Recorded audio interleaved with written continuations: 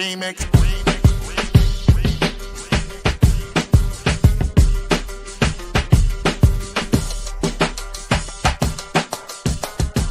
Remix. Remix.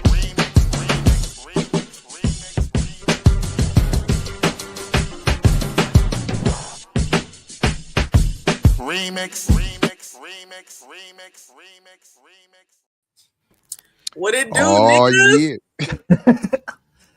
I was told to hit this. Welcome to the Arsenio Ball Show. Welcome to the Arsenio Ball Show. Welcome to the Arsenio Ball Show. Somebody tell me to hit that, so I hit that button. Wow. So, oh, that's funny. Hold on. So hold on. Let's do this. Hold on. Let's get this. Hold on. All right. We're gonna have to work something out here. We're gonna put that together. So first of all, welcome everybody to the Remix Morning Show here on Black Liberation Media. Amber, Geechee, Jared, Erica's on the run sheet, and Geechee is making a quick reference to Steph Reed being on my show yesterday and saying he said it was a compliment, it was an honor.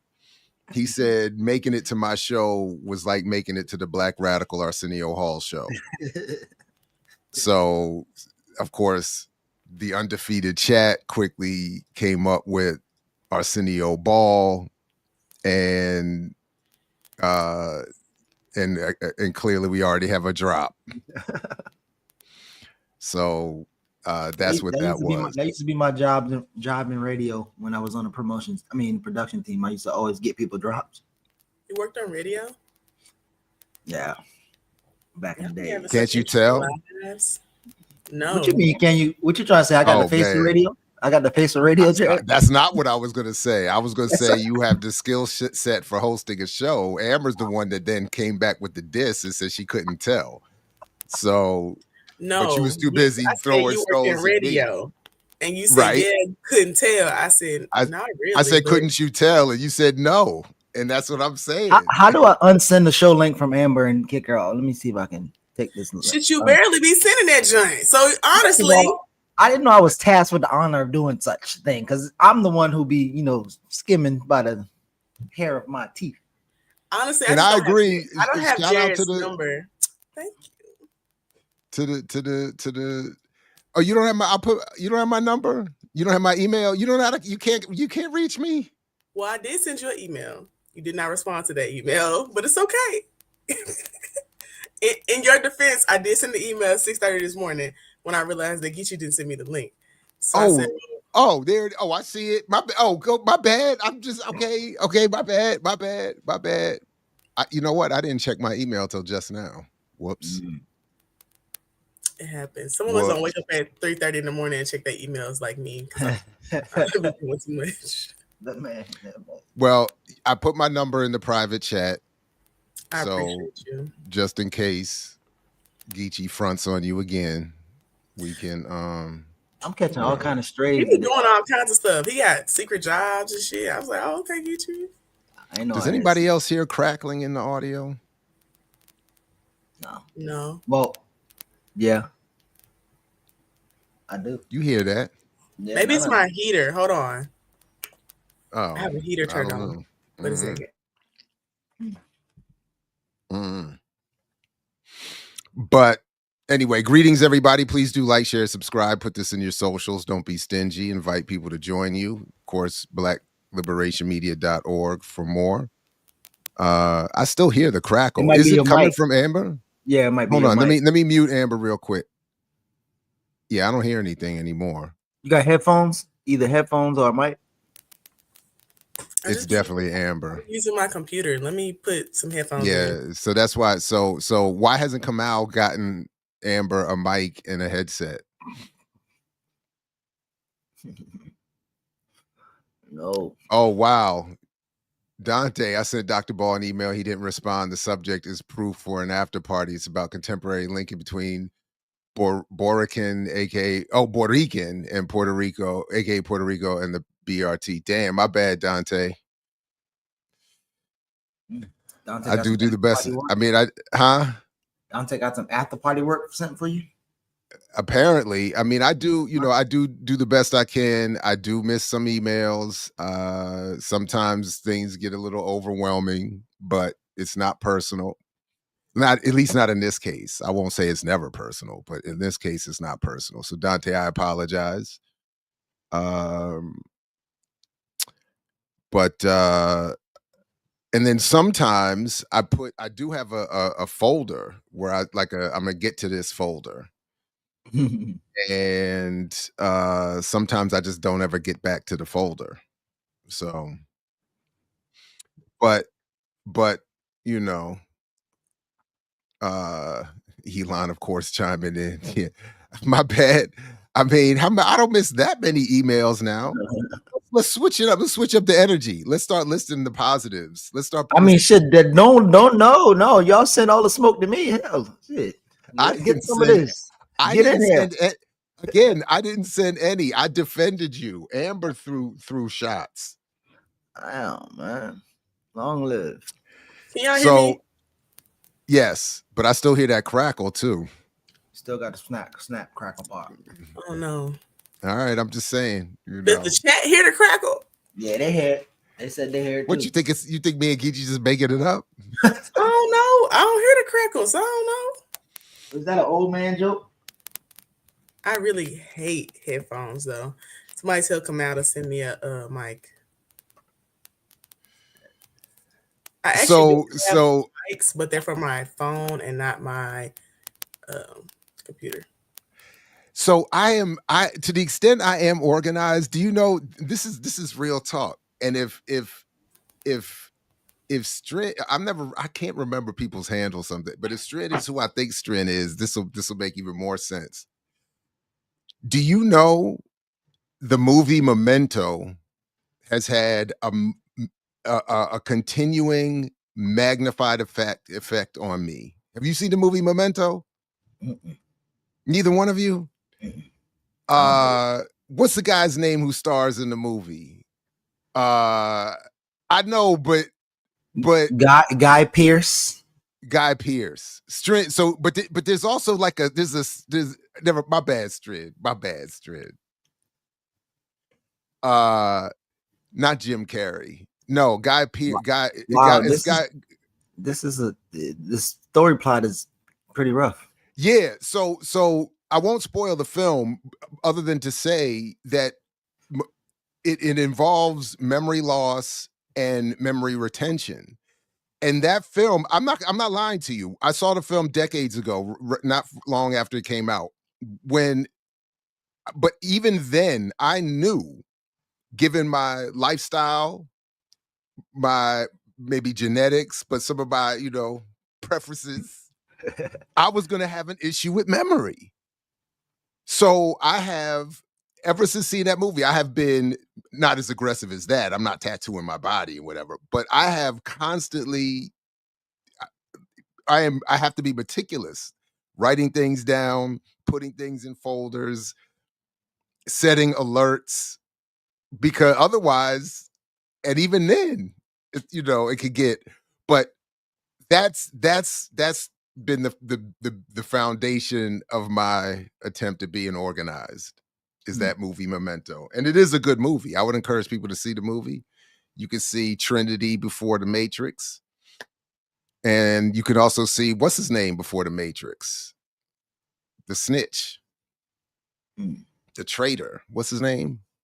He's a good actor. I actually like him. He's in a lot of movies. But so anyway, yeah. Yeah, I don't know none of these actors.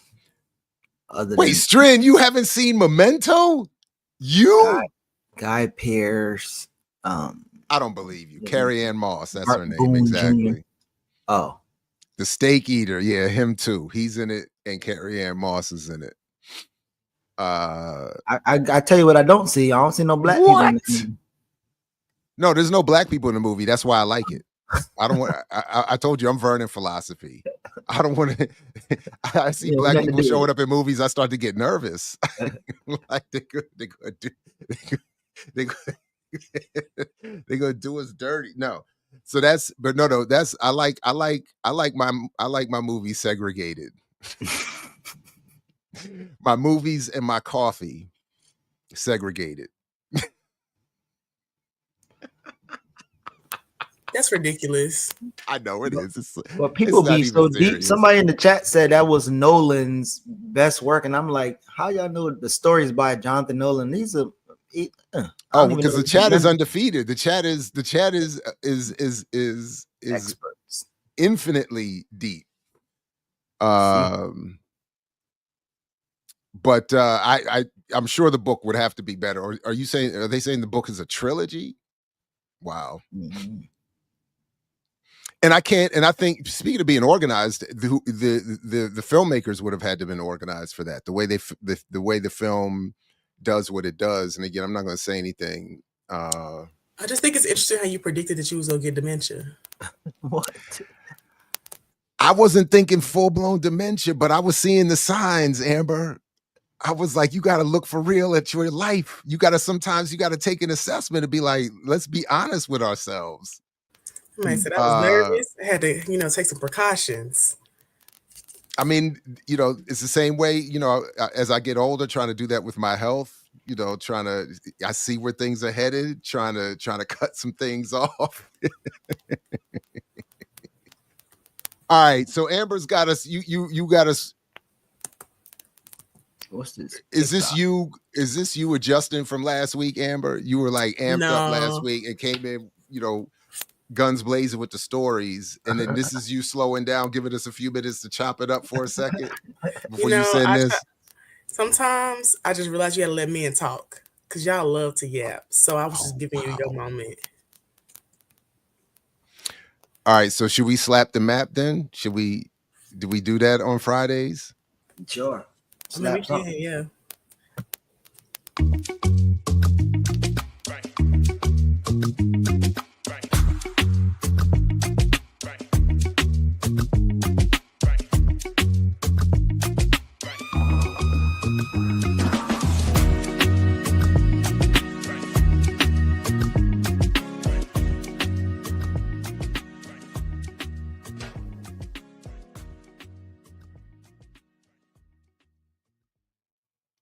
Got the extended cut remix morning show. Amber, Geechee, Jared. Like, share, subscribe. BlackLiberationMedia.org. Welcome everybody. Remixers already on it in the chat. We Amber, bonding. Yapping, but it's all good, Yeah. Yeah, it's bonding. It's greetings. It's communing. Yeah, sure. We can call it that. Oh, oof. Also, thank you for all the fro comments in the chat. I had to let them twists go because the niggas love the fro, and my roster was getting low, so I had to go ahead and switch it up. She talking about the roster getting low. Okay. Yeah, that rhymed. Yeah, I see you got bars this morning. But I'm not mad at that either. I think that's a good strategy. The naturals, they do work. They do. When I was in Africa, I was just walking around places, like just having fun, and people were constantly complimenting me on my fro, but it was like men who were doing the most. Like I had headphones in one day, so I didn't hear the guy. He was like, "Your fro is just luscious. Your fro is just luscious," and I didn't hear him. That's what the chat said. Luscious. I had to take the headphone out. I was like, "Oh, thank you." They said we do let them froze. He was like, the fro is just so. We don't let them froze. Like, we love them froze. I love them froze. Yeah. All right. Well, salute to the hair that some of us even used to have. Hair is a luxury. Thank you for whoever said, I can't say your name in the chat, but like they said, whatever feels best for you, Amber, we're happy to see you. I love different hairstyles, which is why I won't lock my hair. But my favorite hairstyle is usually twist or the fro. Whatever. Oh, because locking is too much of a firm commitment. Is that what way you're saying? Too much of a commitment? The longest commitment I've had is to the fro. I've had my afro for almost 13 years. That's my longest commitment. I'm not doing no locks. All right, right on. It's just not for me. So do you want to set up this clip or whatever you've sent? Yeah, so what's happening here? I know, like, especially since a lot of people who watch Remix are like 30 and over, I really want to highlight some of the stuff that like people are doing that are younger. Because we be talking trash about the young niggas, but they on TikTok doing how to stop the bleed, how to stop a nuclear war zone attack, how to escape a war zone training. So I just think, we should give them their credit. I'm about to show you how to perform CPR, young nigga, if you gotta save a life. Okay, I made this video longer, so now I'll just be able to talk the entire time and walk y'all through this. So imagine this person's unconscious, they just out of there, or conscious. It could be either one. You're most likely going to deal with somebody that's unconscious, though. So first you want to assess what's going on with them. You want to see what happened. Most of the time, somebody just going to fall the fuck out from a heart attack. Honest. God honest. That's it. But when you're performing CPR, this is what you want to do. You want to talk to the person, let them know you're here. Hey, I'm here, blah, blah, blah, blase, blase. Now you want to let them know what you're about to do. Sir or ma'am, I'm about to perform CPR on you. Easy. Now, if it's a woman, don't be no disrespectful ass nigga. That's weird. Move, little nigga. Now, if it's a man, hey, I ain't gonna lie. Stop bitching. Move, nigga. I'm trying to teach something. But you want to have your hands like this, all right? Or like this, whichever one's your dominant hand. Mine's my right. You're going to take this, use this part of your hand, this part right here, and put it right here on their chest, right where you feel this area right here. This is the area you're going to be wanting to pump because this is your heart. I don't know what the fuck they tell you about your heart being over here, your heart being all. No, your heart's right here in the middle of your chest. So when you start, you don't want to go too deep because you'll break their ribs or kill them. But you want to have a nice, good, stable position.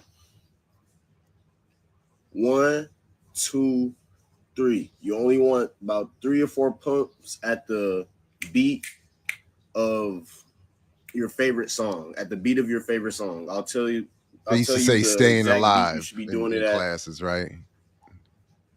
In comments. But it should be. Staying alive. I don't know, something like that. Listen, Y'all are not beating the old allegations right now. Listen for their breathing. But this is They're good. He breathing. seems to be right. Now this is where it gets skeptical. There's one I put in the chat about if you have a mouthpiece, how to escape a war zone. That's really good. There's one about how to escape. If you don't have a mouthpiece, attack. You just got to get in there. Don't be disrespectful. Blow life into them. 1, 2, 3, 4, 5, 6. You 7, do have to form 8, a seal 9, 10 on the mouth. Tilt their chin up. Remember this. Remember, I'm telling you this. Tilt their chin up. Because they might have an obstructed airway. I'm remembering all of my lessons. Look at this. 1, 2, 3, 4, 5, 6, 7, 8. Shake It Off by Taylor Swift. Because that's not even a good Taylor Swift song. Now, when you're blowing the breath of life into them, what will happen? You'll see their chest begin to rise, fall, rise, fall, rise. When you're blowing breath in, it will rise. When you're done blowing, it will fall. And that, my young niggas, is how you perform CPR. I'm just letting you know. Yeah. All right. I like his video though. The one about a nuclear attack was really, really good. All right, let's see. Let me get this other one here. And what's his dude name? I actually don't know his name. He never said. Oh. He's never said his name in the videos. His name on TikTok is 423 Jelly. Not that one. Play the one about a nuclear attack. I think it's the last one. It's not labeled. I just want to be clear. It's not like Amber is sending me labeled videos. They're not labeled. So I just want to be clear, before I get screamed on for bad production. Nigga, this is how you survive a nuclear attack.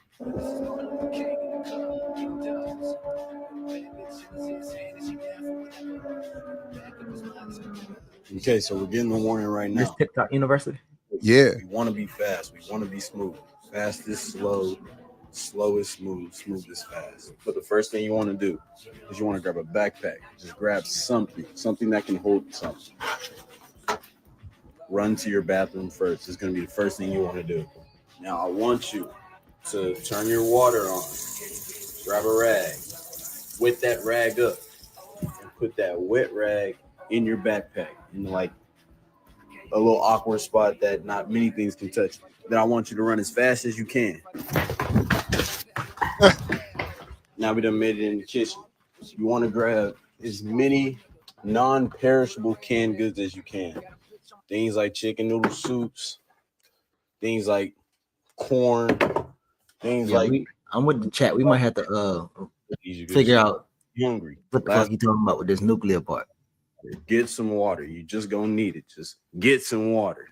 But you Yeah, gonna you don't have to play the whole thing. But Oh, I'm fascinated. I watched all of them. I was just trying to show how, like, you know, the young niggas is very much educated on TikTok. He has one about how to do baby CPR. There's one about what to do if you get stabbed. There's all kinds of videos. Like, he's just made all kinds of informational videos. But Leah, he's not doing the TikTok University thing. He's been posting for a while, like since last year.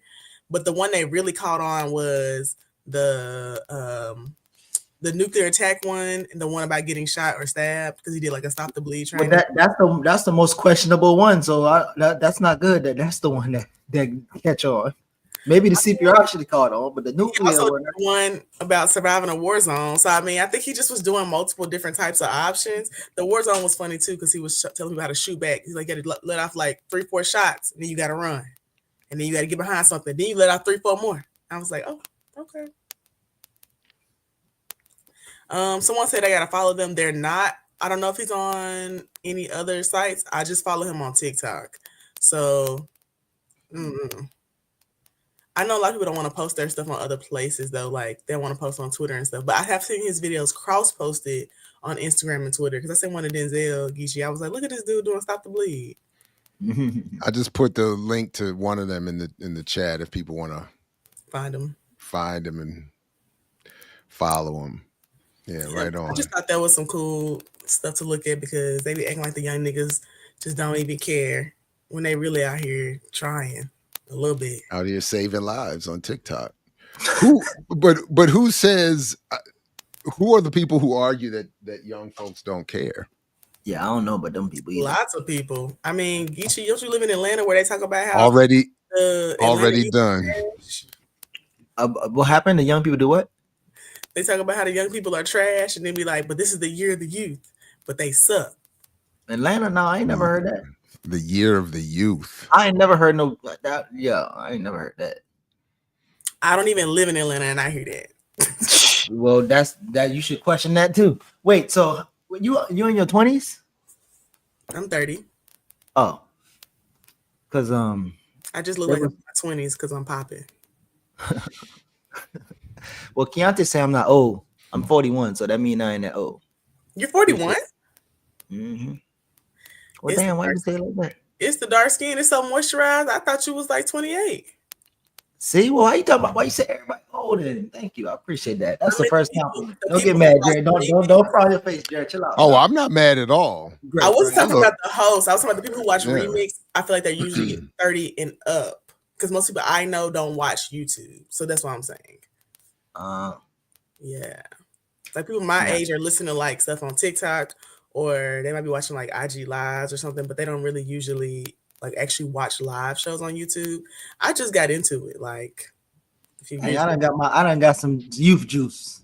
So 41 isn't old then. So I don't think 41 is old. I think 60 is old. Oh, okay. And I didn't say they were old. Phrasing. I said people who watch Remix are older, usually over 30. Hold on, bro. Hell, damn, I'm 43. Oh, okay, we got some. 60 is old. What's wrong with that? Jerry, how old are you? 62. 53? No, 53. 53. My mom is 53. Oh. Shit. My mama looks so young, so I mean, I know. Yeah. That man, listen. If you would have said your grandma, that would have been some wild shit, but that's okay. my grandma. My grandma's in her She almost said, 80. My mom is 53. My grandma almost 80, but she do look very, very young. I don't know what it is about like black men. When they be getting older, they don't take care of themselves. They be going downhill quick. But black women, ooh, they be thriving. I said, ooh, your skin looking good. Oh my God, that was hilarious. Jerry What? doesn't look 53 Shout at out all, to though. mom. I would say you like 40 something. You definitely don't look 53. I think it's because you're taking care of yourself, trying not to get Alzheimer's. Definitely trying. And so it's weird because I've read, I have to update the research or expand it, but I've read that cannabis actually works to prevent dementia, which sounds counterintuitive because it is also associated with memory loss, at least short term. So I was But, just going to yeah. say it's because you forget stuff right in the moment instead of forgetting it later on. yeah, you're no, I older. mean it's yeah. So, but I got a whole set of I have a whole memento strategy approach to life. You might want to reevaluate because it's not as Oh, thank you, Elon. I appreciate it. I'm gonna take the compliments because the chat will turn in a minute. I mean, when I saw you in person, Jerry, I definitely didn't think you were that old. I was like, oh, but Jerry, you're so young. I'm no, yeah, no. You had on your little jazz club hat. I said, oh. My little jazz club hat, my Kango. Is that Not the wait, no, wasn't it? It would have had to be the my bucket hat. It's kind of like a bucket hat, but it had like something like tilted in the back. You know what I'm talking about? I had a rimmed hat. Yeah, I don't know. It's been a minute, but okay. No, it's somewhere you got to protect the top of your head. Oh, I definitely do. Yeah, no, I mean, yeah, it's a mess up there. It's dangerous for me. Any amount of sunlight direct on the head is dangerous for me.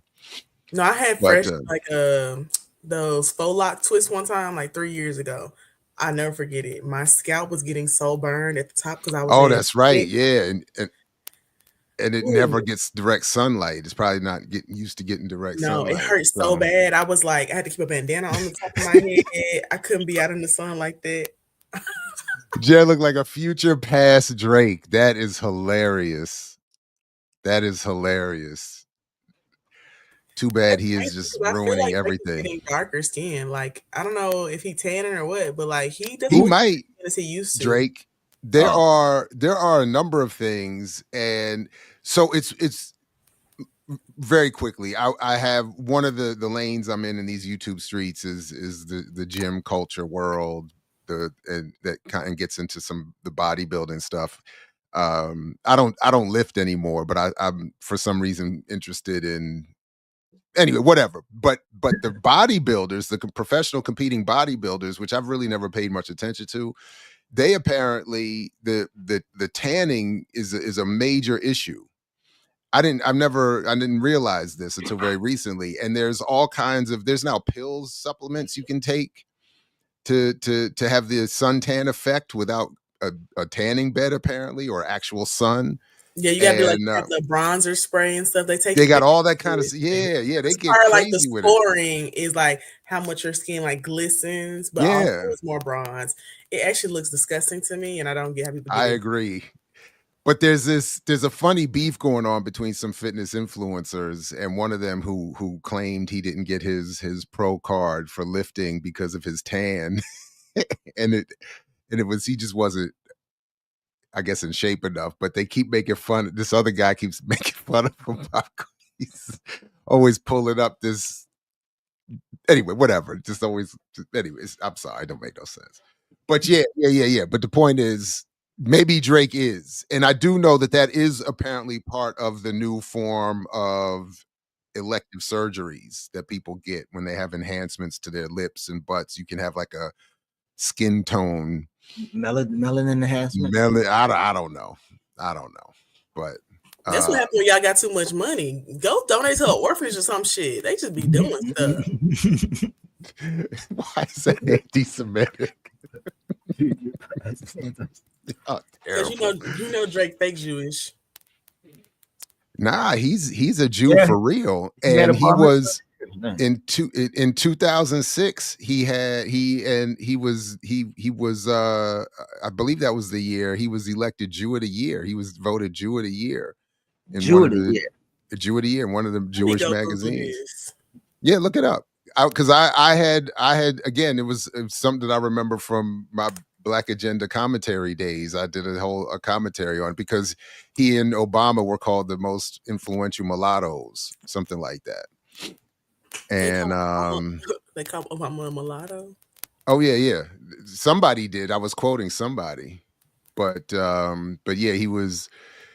And oh, I see. A Zionist is fake Jewish. I get it. But but actually that was one of the points I was trying to make, that what is the value of this mixture if it's not enhancing people's understanding of the relationship between Black people and Jews, or Jews and Palestine, and what are we glorifying this mixture, this Drake mixture or whatever. So, but yeah, did you see it? Did you find it? Drake Jew of the Year? You didn't see it? Drake Jew of the I'm going Year. through articles, but I don't see it yet. They got these pictures of him on SNL and some other stuff. Oh, AI, Google AI said it didn't happen. Hold on. So I'm gonna go back while one of you takes us to an actual story. I'm gonna find the link I was referencing and see if it's still up. Do you have a story? And Erica did lace us with the run sheet. You got a run sheet, but you got something? Send it in chat. I got the run sheet pulled up. I'm looking at it too. Yeah, the run sheet's packed. There's a lot on the run sheet. And there's a Mississippi lawmaker files bill to create a bounty program for undocumented immigrants. Well, did you see, and then did you also see that Ibram Kendi is coming to DC? He got Ibram X Kendi and his how to be anti-racist. Well, he's coming for what though? He is going to be let's see. Well, now I got to quickly. Not like a job, is he? Or he? Oh no, it's a big job. He's going to be running something. Let me see. Ibram Kendi, Howard University. He's coming to Howard University. My bad if y'all can hear my dog. Something going on outside. He pissed. No, it's all good. It's all good. This is the announcement here. Howard announces the hiring of Dr. Ibram X. Kendi as director of the Howard University Institute for Advanced Study. Howard announced today that the appointment of Ibram X. Kendi. You said he's fine? Okay. One of the world's leading historians and most widely read scholars is hired as the director of the newly established Howard University Institute for Advanced Study. Built on the highest standards of intellectual inquiry, the institute is dedicated to interdisciplinary study, advancing research of importance to the global African diaspora, including inquiry into race, technology, racism, climate change, and disparities. Dr. Kendi's appointment and this new institute are a continuation of the university's long history in study and scholarly research on the diasporic experience of Black and brown people. Not Elon asking am I okay. The nigga fine. That don't mean he worth the damn, but he's still good looking. Now, what's interesting, you know what? While we're doing that, let me quickly juxtapose that announcement with something that I was sent yesterday while we're at it, if you all don't mind. What I find interesting about that announcement is that, and he said he has an eye on the Mecca his whole career. Yeah. I think everybody who comes through a form of Black studies at one point or another has that kind of look at Howard, or and then Howard, of course, they don't pay on time though. So why would he work there? Well, I'm sure his pay will be on time. I'm sure they love celebrity, and unfortunately, they had the opportunity to snatch me up a couple times, chose to go in other directions, and but you a celebrity. I'm saying I'm not a celebrity, and I'm saying I couldn't get onto the campus is what I'm saying. And but what I found interesting about that announcement is that what I actually, at least and I'm clear on the difference between name, symbol, and substance, but I like at least the language pointing towards intellectual inquiry, because it feels like at Morgan, so much of the influence or emphasis rather is on science, technology, engineering, and math, and a de-emphasis on liberal arts, intellectual inquiry, in particular this kind. But I believe this is just yesterday or the day before, yesterday, in fact, the financial committee in for the state of Maryland meeting in Annapolis had a brief exchange with the president of my university. This is Representative Ellis raising a question of President David Wilson of Morgan State University. And even if you don't understand or know the full context, which is largely about funding for graduate students and grants and pay for graduate students, this brief exchange, and I'm going to speed it up just a little bit, I think speaks a lot to garnish a portion of workers' wages to satisfy outstanding debts. However, the existing wage exemption threshold is out there and does not reflect the rising cost of living, leaving too many families in financial distress. The plan on this bill increases the wage exemption threshold 150% of the federal poverty level. SB 31 provides much-needed relief to working families, helping them to avoid eviction, utility shutoffs, and food insecurity while still fulfilling their obligations to creditors. So why is this bill necessary? Low-wage workers are disproportionately affected by wage garnishments, and without stronger protections, they remain vulnerable to financial ruin. This bill is a necessary step towards correcting an imbalance in our system that often punishes those who are already struggling the most. We know that people who have enough income to cover their basic needs, they are more likely to remain employed, avoid homelessness, and contribute to their. And again, this is part of a larger ongoing struggle in this state and across the country to have faculty and grad student employees paid appropriately. With the new regulations. New York State, I know, has a strong policy like this to really limit garnishments of not just wages, but different payments that individuals receive so that they can continue to live and have their homes and to buy food, which is often so expensive these days. By supporting this bill, we are standing up for Maryland working families and ensuring that our wage garnishment laws reflect the realities of today's economy. I'm sorry, that was him summarizing after the exchange. Sorry about that. Hold on a second. And they're like, emails they call the Senate President's office, complain about. Still at the end of the day. And so an event for my the parents and students that I was a bad person. And they're like, emails they call the Senate President's office, complain about me. Like, there's nothing I can do. I gave the money to school, just not process the money. And, it's just really unfortunate. Okay, sorry about that. I played the wrong part. What he's saying, what he's about to ask about here is why, if we have approved money, an increase for grad student workers to be paid more than they're currently paid, if we've done that, why aren't they getting the money that the state has said the university should disperse to them? And the university, I said, ooh. Oh, and he's asking several presidents. He's about to ask Morgan State's president, why aren't those students getting that money? That happened. And, I guess my question, and that school was Morgan State. And so, Dr. Wilson, why would money for a student be returned too much, especially, $30,000 income for family income, right? It's kind of very disheartening. Because I remember a few years ago when I was serving on the current Triple E committee, you came and you said a major impediment to the graduation of your students was financial. And so I'm just dumbfounded. I can't give the name because of a privacy student, but I haven't. But it's just disconcerting. So he's saying you came to us and said our students struggle largely because of financial needs. Then he's saying we gave you more money, and now you're saying you're returning money that you're saying the students don't need or shouldn't get? How is that, how does it make sense? To know that, others are trying to help out these students, but the university is a hindrance in actually having them collect the money they need to complete their education. So I've shared this with trustees, the chair of the trustees board.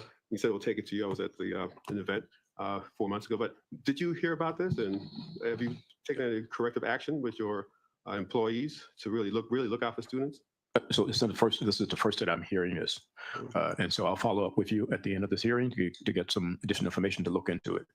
Now, with that said, not knowing all of the circumstances, universities come up annually with something called the cost of attendance, right? And that has to be published and it has to be visible. And so therefore, when students apply for aid, the aid is determined by the cost of attendance at the institution. So in some instances, students may be over awarded. Then in essence, they would get more aid than the cost of attending the institution. That really is a federal violation. And so in a case like this, what could have happened, because I don't know the circumstances, is that we do have a culture in Morgan where if the aid has been presented that meets the cost of attendance, but a part of that is a loan, and in this case, you have a $4,000 scholarship, our team would go in and the student would have to decline the loan, right? Because we wouldn't want the student to have a loan debt if, for example, they have a grant over here. So they could decline the loan, and once they accept it, they would have to decline it. The university could not do that. Right. And so in this case, the $4,000 could have been brought in to replace a loan, but still, at the end of the day, it would have been an over award. Right. And that's the best rationale that I could give you, not knowing the circumstances. But given that our university was called out in the hearing for that, I have an obligation now to go back and excavate exactly what happened here. Sure. He's full of shit. Senator Ellis said, I'm going to clock that T because it's not an over award. You would just get a refund.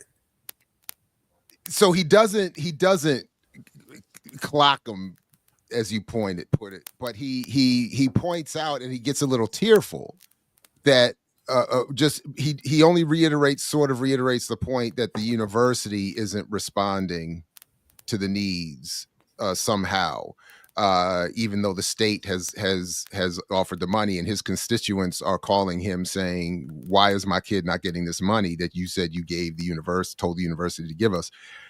I thought the same thing, that when I was a student going into massive debt, the loans I got were more than I needed, and I did that on purpose. That was the whole point. So I didn't have to, because I did it so I don't have to work. I was like, I don't want to work. I'd rather go into debt and not work than, at least that was my logic at the time. So I'm not really clear what was going on, but the two things I thought were, one, Dr. Wilson is very good at his PR game. And he gave the answer you would have to give in that space, to his credit. I mean, he said, I don't know what you're talking about. We don't do that. And in his next response, he goes into how Morgan is sort of a leader in care for the community and and care for faculty and all that. I got my own thoughts about that, but I mean, he said the other thought I had was the conversation I had a couple years ago with a former high-ranking official, no longer at the university, who said that they referred to what they described as a cavernous black hole into which millions of dollars disappeared every year at Morgan State. And this person, despite their enormously high rank, couldn't identify where the money went. So those two thoughts kind of were reverberating. Dr. Wilson did very well. Money keeps disappearing. The state is saying, we told you to give them the money. The student's not getting the money. I mean, to me, he did clock the T because he said, we gave y'all the money, but y'all gave the money back. So what's up with that? He clocked that. But also, it's not illegal. The president's full of shit. Yeah, I used to do the same thing. When I was in grad school, I took out a loan to cover the time that I was in school because I wasn't going to be working. Yeah, I had like a little part-time gig, but I wasn't working full-time. Like, that's not illegal. And I got scholarships from the school, and the scholarships mostly cover my tuition, and the loans went to me. Like, that's not illegal. So Manny makes a good point here that Morgan needs to be investigated. There was I didn't follow it closely enough, but there was a kind of investigation not too long ago around some funding issues. But one of the points that I'll be making again next month in defense of collective bargaining for faculty and why we need to have it is that Morgan has, depending on how you spin it, it has a very insulated, protected position because it's not technically within the University of Maryland system, though it is affiliated, and as such, it does not fall into the hierarchy in the state of the hierarchy of the state. It reports basically directly to the Attorney General. So there is, if the Board of Regents and the president are interested in making something happen, there's not a lot of oversight preventing it. So there's not a lot of spaces to which people can appeal if there is something funky happening with the university. And that's kind of this. So just for clarity, Morgan is a public university, though. It is a public state university. It is just not. They only answer fully, to the Attorney General. Yeah, because they're not part of the Maryland system. So, and the Attorney General is not the comptroller. That's different in Maryland. Correct. Yeah, correct. As far as because correct. Yeah, here is the only public HBCU too, but they answer just like the rest of the UT system and the other like public schools. No, Morgan has its own sort of protected state. Now, how they do that? I don't know.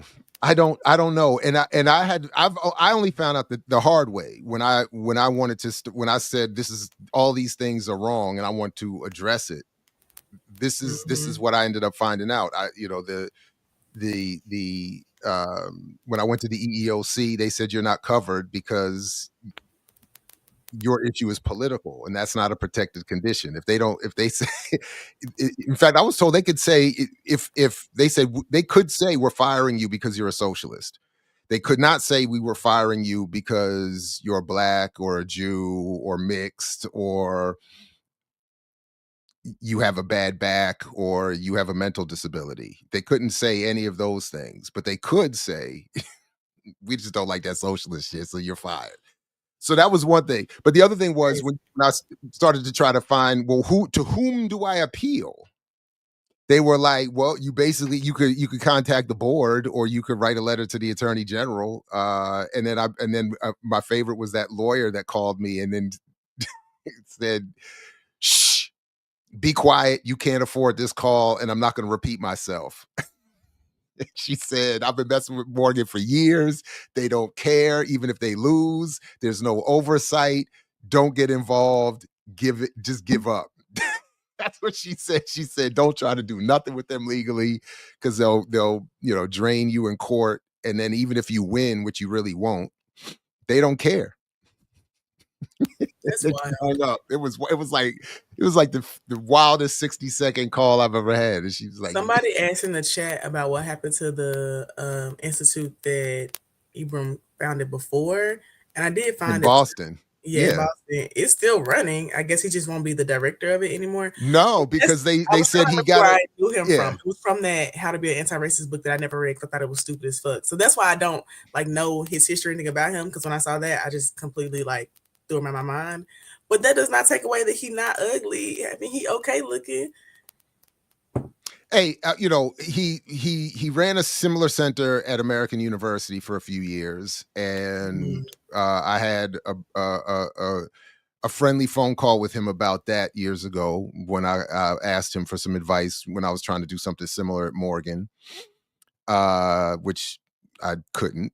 And then he went up to Boston, and he got Jack Dorsey money initially. He got some of that post George Floyd, Jack Dorsey Twitter money to help create this anti-racist institute or whatever. And then if you ever want to read, Keonga Yamada Taylor had written, and we talked about it here when it happened about a year or two ago.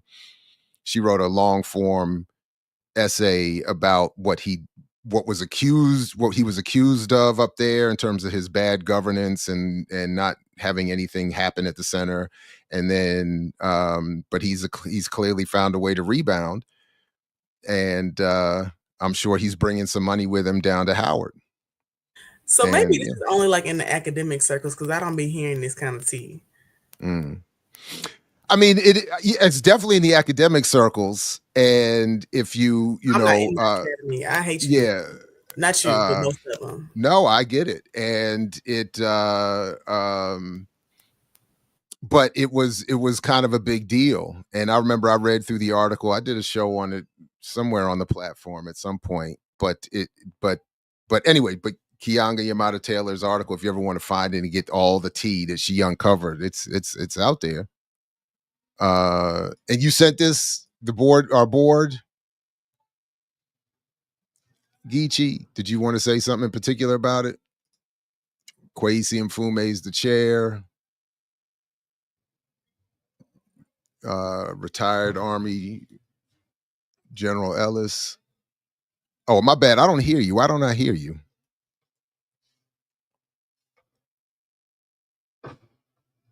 That's what happens when you switch locations in the middle of the stream.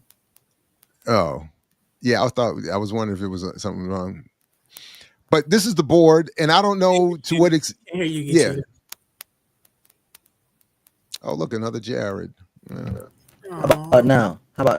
Yeah, there you go. We hear you. I think I muted my mic. Is that a Stokes relation? She related to Stokes? Carl Stokes? I have no idea. Downtown Partnership of Baltimore. Ooh, So these niggas Crazy is y'all board chair? Like, what y'all got going on over there in Morgan, bro? Yeah, he's been the chair for a minute, and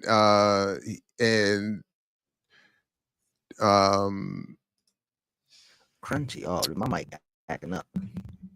Y'all hear me? Somebody in the chat asked, wouldn't it be a First Amendment violation if they fired you for your political beliefs? And I would say the same thing. It's not a private school, so it's a public school. So you could still sue them for firing you for First Amendment violation. Not according to the EEOC woman that I spoke to a couple of years ago. But I mean, they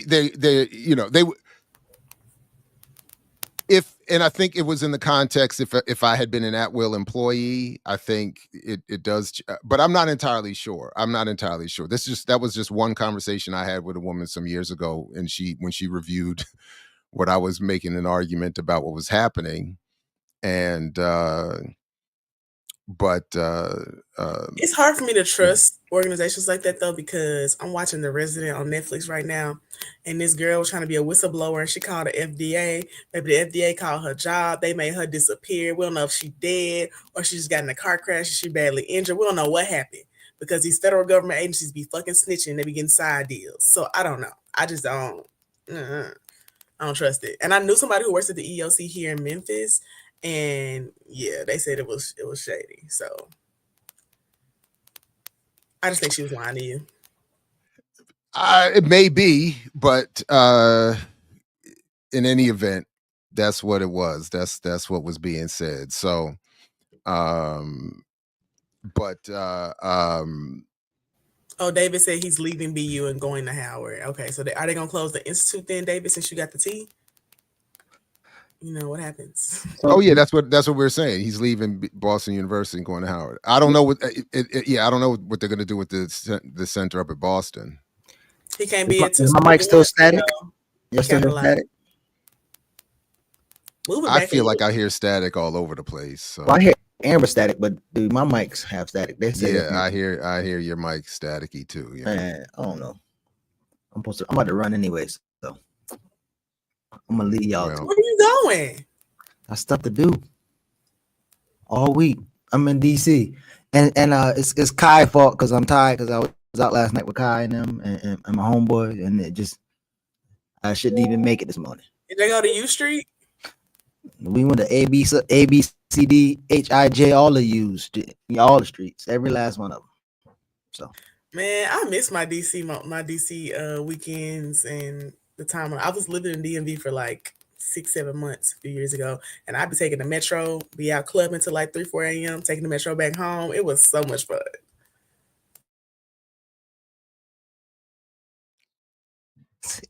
Skyfall. Right there. Boom. Oh, boom.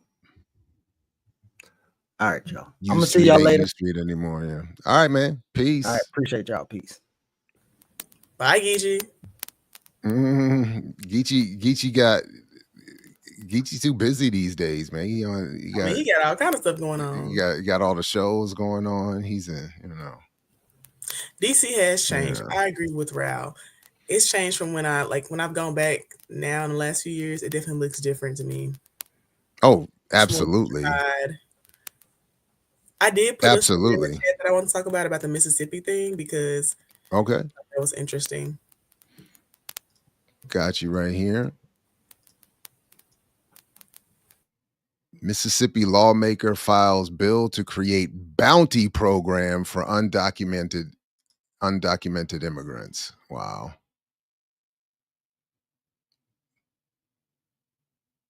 Maybe not from DeSoto County.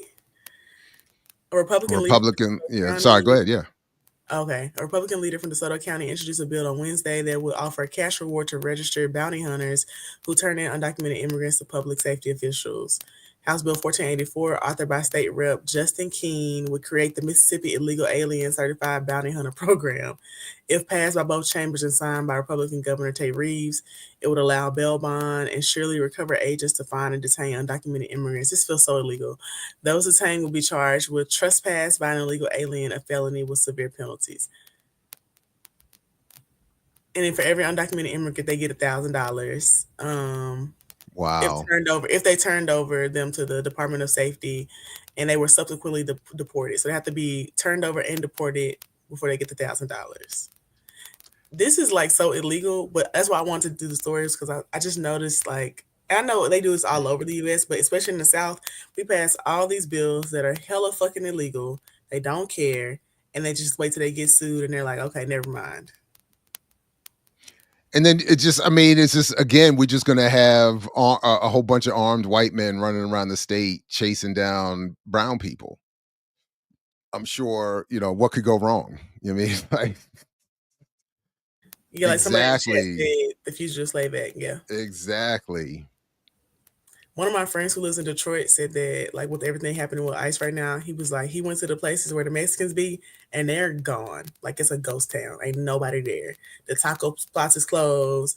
The people ain't out work. Like, they either left or they got deported, but they dipped. And I said, damn. It's sad. I'm not surprised. There's going to be a lot of fear, a lot of people having to make adjustments. You got people, we talked about it the other day, people here in Maryland preparing for ICE showing up in schools. They're chasing down kids. It's it's bad. It's bad. But it's really bad. Yeah. And I'm also concerned about so the Africans I know, like across in Africa, are like freaking out. They're talking about like, we can't come over there anymore. Da, da, da, da. And I was like, are they hearing something that we're not hearing? Because I haven't seen them detaining no Africans. They're detaining Mexicans. Like, that's who they care about. Like, that's who their orders are for. But everybody's afraid. And I was like, I think it's not illogical for continental Africans or diaspora Africans to be worried. They're not going to stop at they're not gonna all of a sudden see a darker shade and stop the hunt. And I'm more so like, I don't believe in freaking out before something happens. I think that's how we got in like the predicament we're in right now, where everybody's just like, and all this hysteria and the president sucks and the country's going to shit. Like, okay. But like, if we freak out before that even happens, you don't have an order to be deported. So if you were set to come here to go to school or for whatever, just come here and go to school. Like, why would you set yourself up to like ruin something before it even happens because you're afraid of what could happen? I don't believe in living like that. And so I was talking to people off the ledge yesterday, like, nigga, just come. You got a scholarship. It's fully paid for. Get on the fucking flight.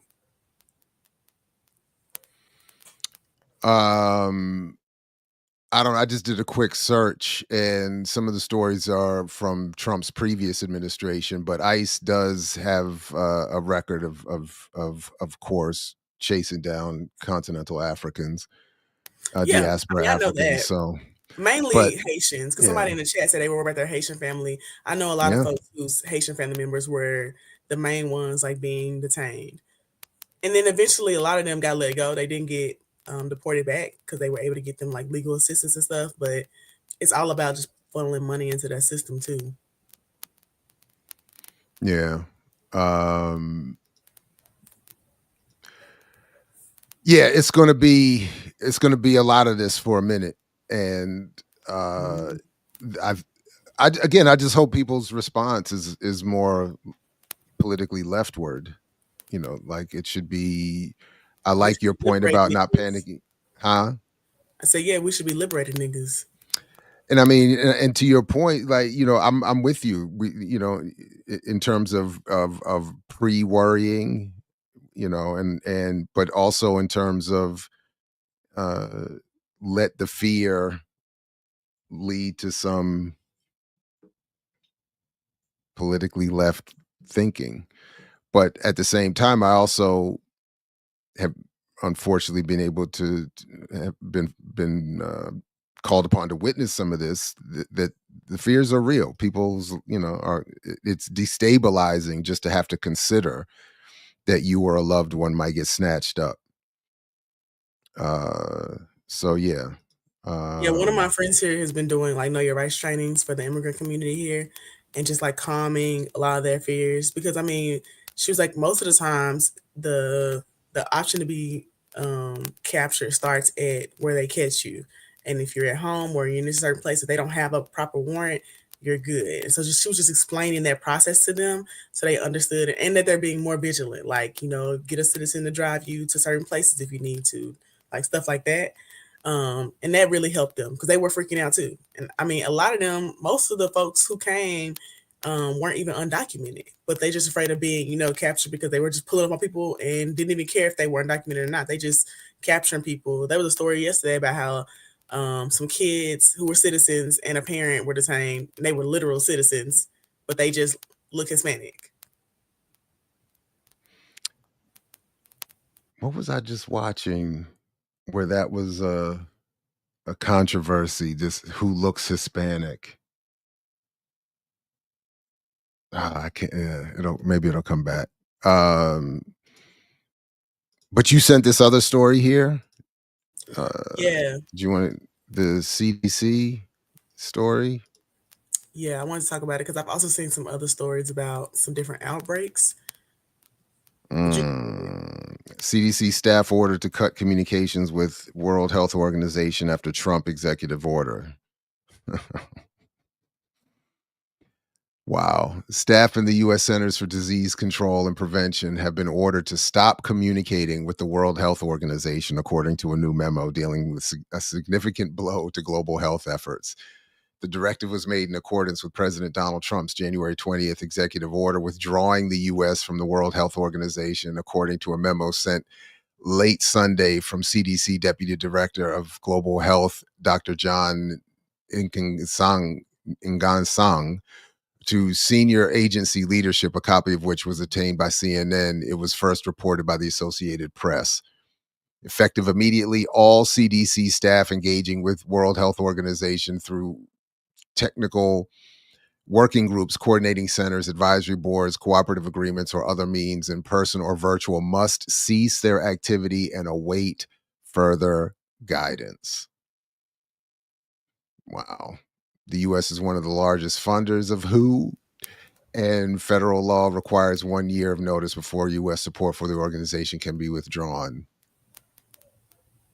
The move is reckless, basically ordering CDC not to work with World Health Organization to put out fires is going to make Americans far more vulnerable. Dr. Lawrence Gostin, a global health expert at Georgetown University who runs a WHO coordinating center on national and global health law, told CNN. Wow. So when they say a year's notice, that means they have to still fund them for that year?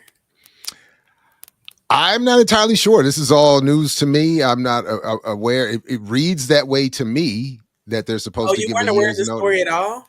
No. Oh, I was, because I've been paying attention. Because there was also a tuberculosis outbreak in Georgia, and I posted about it, and I was like, I don't know if y'all are paying attention, but like the things that he did 4 years ago are really coming to fruition now, because it takes time for like a disease to, pop up, spread, really cause issues. So I'm not surprised. I was just really worried about people who don't have vaccines. I know that not everybody wants a vaccine, and people can protect themselves in other ways, which I suggest people do.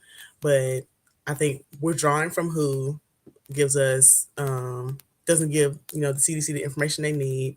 And I saw a lot of folks saying you can just subscribe to them yourself, which you can. You can subscribe to WHO yourself, like on the website, subscribe to their newsletter so you can get news about stuff that's happening. And I suggest everybody do that, because I just think it's important that we know, what's being spread. If there's an outbreak somewhere, if you are cool with vaccines and you are able to get them, like you aren't allergic to anything, I would get up to date on them. I got all mine last year, like the 2 I was missing, to make sure I was up to date and stuff, just to be sure, because the eyes are on bird flu, TB, and measles. So bird flu was actually like flagged here in Tennessee. My mom is an infectious disease lab scientist, so that's what she does for a living. And she was telling me about the flu outbreaks, because every time someone tests positive for the flu here, they have to send it to the state to check to make sure that it's not the bird flu because of the different outbreaks. I know the measles have been spreading in some places. But I mean, I have all my up-to-date vaccines, and I don't be around you niggas because people are dirty. And not niggas, but white people, because they're dirty. So I just make sure that I'm not getting caught up, because I'm not fucking No, around. I'm all vaxxed up. So between this I was gonna make a joke about being over 50, but I'm gonna let you have it. Go ahead. I'm just saying, they got them shingles vaccines you got to get if you over. I got it too. I already got it because I had a round of shingles a couple years ago. I'm not playing around Really? with that My ever mama again. Yeah, had that's shingles. Baby, that was pain. I was to go over there and help her, but I was like dropping stuff off at her house. She looked like she was in so much pain. I said, "It's just like mini dots all over you, and they look so painful." Her body was just like hurting. I was like, It was, and I had a relatively, I won't say mild, but I was lucky that it stayed mostly around my midsection and was in a little bit on my back. So it wasn't visible, but it was horrible. Bad, but it was all over her. It like was on her arms. I don't need a colonoscopy. I've had several, and I'm on track, on schedule to have my next one in 2026. I am good. Y'all don't play with me. I'm overly health insured, and I use all of it. All of it? I'm not all of it. I stay, get my checkup, my blood work. Just had my blood work done again. Got slightly elevated cholesterol, but I keep my blood work. I stay. Mine getting was my slightly checkups. elevated last time too, and I blame the government because I was stressed out.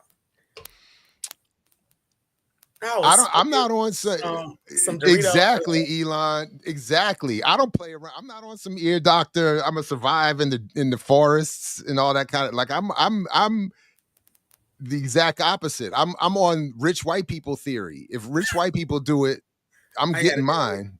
I need you to highlight A-Rob's comment. You gotta go just a little bit. A-Rob. Where it says, "You old ass my mom got shingles." Oh, you old ass men got worms. Because I got a story.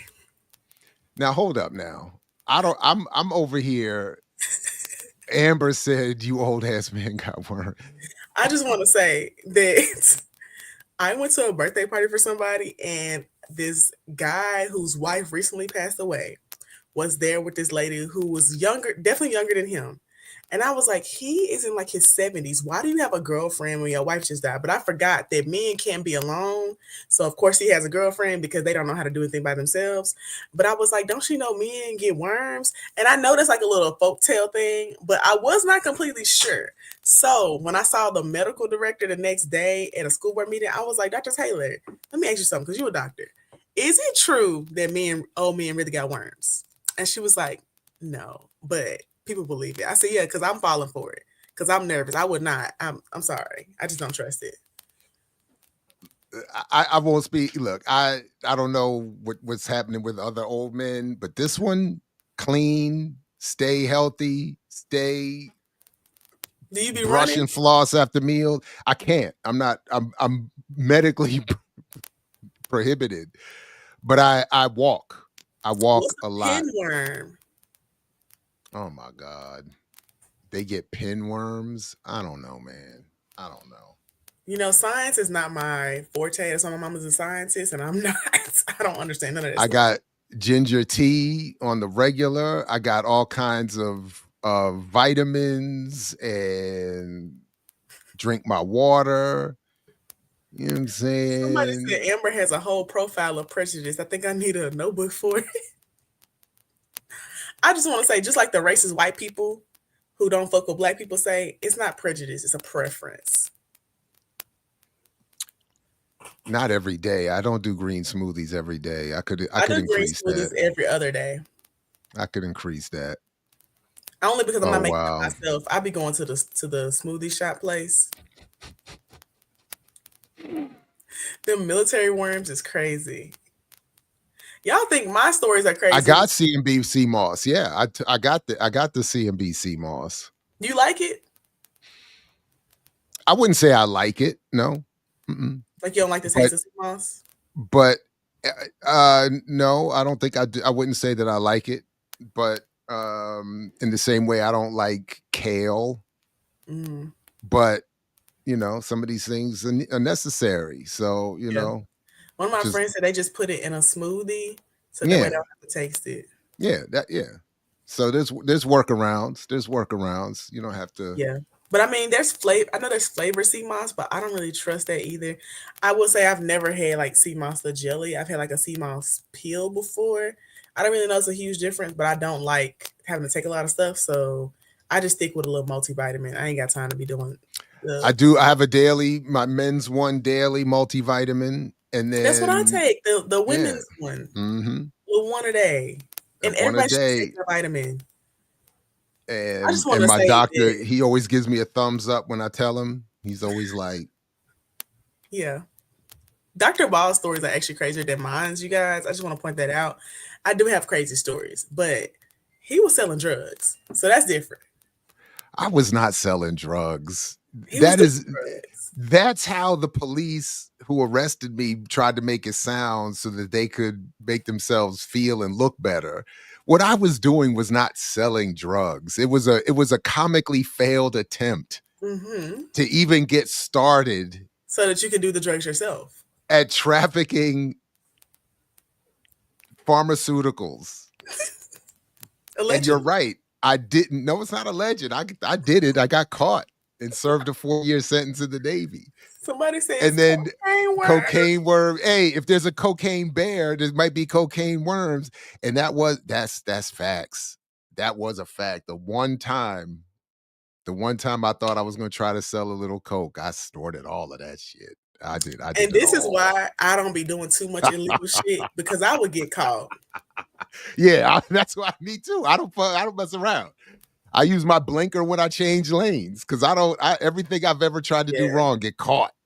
The worst thing I do is like not wearing the seatbelt. And yesterday I saw a cop turn around. I put that seatbelt on so fucking quick. I was like, I just feel like it's coming for me. And I wore my seatbelt the rest of the day. I said, that made me too nervous. I can't handle this. It's too much. I mean, it's look, if folks are following this morning, there's a theme. You got to know where you are. You got to be honest with your self-assessment. You got to say, look, I see where I need some health needs, some memory hook needs, and you got to know what lane not to be in. Like when the crew gets together to commit a crime, leave Jared at home. He ain't going to help you. He's going to get you caught. He's going to mess something up. Yeah. Just be like, we'll catch you later, Jared. We'll talk to you later. Not y'all being the police in the chat talking about wearing your seatbelt. Oh my gosh. You should wear Amber, no, seriously. You talk about all this health and all that. Seatbelt, seriously. Everybody should be wearing their seatbelt. Even in the back seat, folks. Even in the back seat.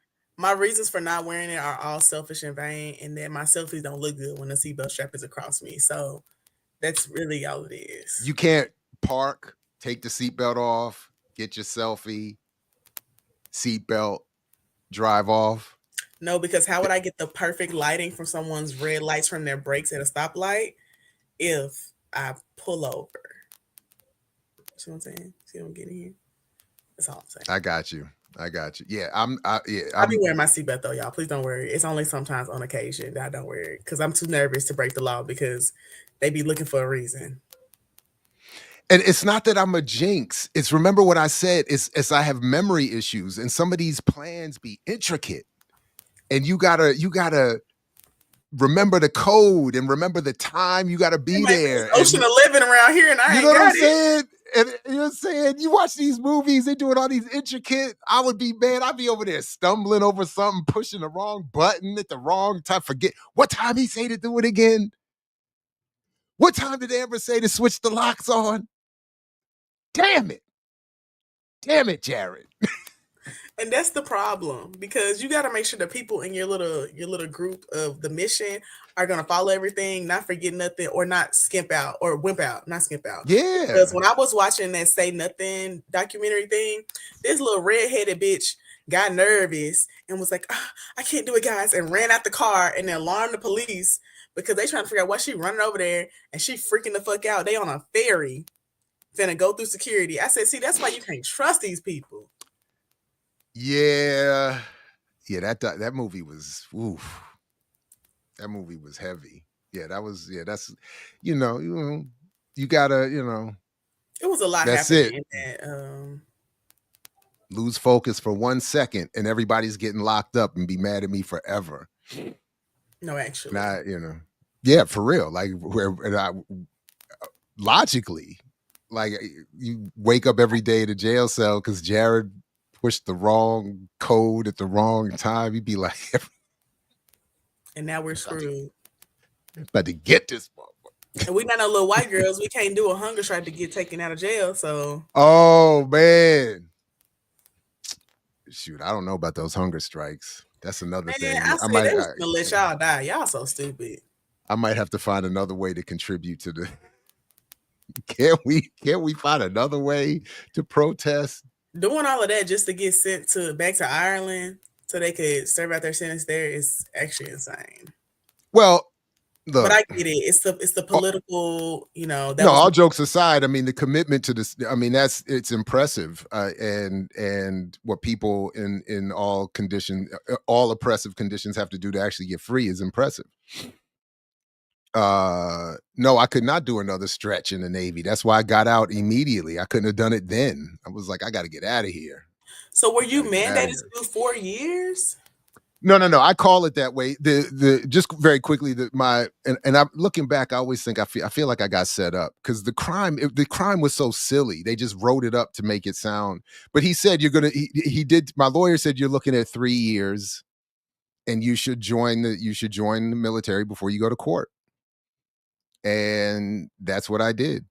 And the judge gave me unsupervised probation for a year so I could leave the state and go to boot camp. And then said, but if you get arrested for any reason, you're going to do that charge plus this charge will re-kick in. And you'll do that. That happened to me one time where I had a charge and they told me they was going to dismiss it if I didn't get in trouble for a certain period of time. And I still went to DC and got arrested at a direct action because I don't give a fuck about the government. And nothing happened. So. Yeah, I mean, look, at the time, again, looking back, I think I got played. I think our family, it was just me and my mother. She was, I had already been thrown out of the house. I was 17. Was out. We were all, I mean, I wouldn't say she was freaking out. She was just done. She was just done. I was freaking out. Because it was like a couple weeks. They was looking for me for a warrant. She was freaking out. She was like, Amber, you gotta turn yourself in. I said, girl, that's crazy because I'm not. Hate it for you. Well, yeah. Well, you seem to have handled it quite well. Well, first of all, it wasn't a felony. Just for the chat, it wasn't a felony. There was a time a few years ago where my friends and I organized a caravan to the district attorney's house on the 4th of July. Because I find that you should not be celebrating freedom of a country when you're locking people up in a jail and they're dying from COVID. So we just went outside her house and had a little rah-rah on the sidewalk. Nothing illegal, but they got us for a disorderly Oh, conduct you charge, got which good was for not a you. real charge. It was not a real charge. I was never going to jail. I didn't have to do nothing. I just had to turn myself in and get out. So But I didn't. you at least are getting care. righteous whatevers. Mine Oh was yeah, stupid stuff. yeah. Stupid. You was selling drugs. I was very I much was not protesting. selling. First of all, I never Okay. sold any. It Okay. was the You were intent. They said procuring intent. I was procuring intending, things. but you have to actually, yeah. But it was again. I'm not conveying how comically inept I was. Like you can't. There was no existing drug trade or kingpin had to be worried about Jared getting involved. You know what I'm saying? There was nobody's operation was going to feel the effect of Jared's entry into the game. If anything, it was, like I said, shout out to everybody who used to give me passes, all the old heads and whoever just gave me a pass because they were like, he's not serious. Let this go. They knew. They knew. Of course they knew. The real ones always know he's not real. They knew I was serious and I would probably do it again. So stop fucking You exactly. They were like, she's not playing. They were looking at me like, but except for the cop that called it in, though. The cop that called it in was like, I got him. This is the notorious JAB. He really was acting like, man, I was in the back of the car like, you gotta be kidding. And for a couple weeks, I was like, man, am I really going to prison? And I was shook. Oh, you was real shook. Yeah, meanwhile, I was in the jail. Meanwhile, I was in the jail retwisting my hair, unbothered, waiting to get out. Didn't care. Not me. Bob Deep wrote a whole song. Part 2, Shook Ones Part 2. It's about Jared. He's scared to the mother.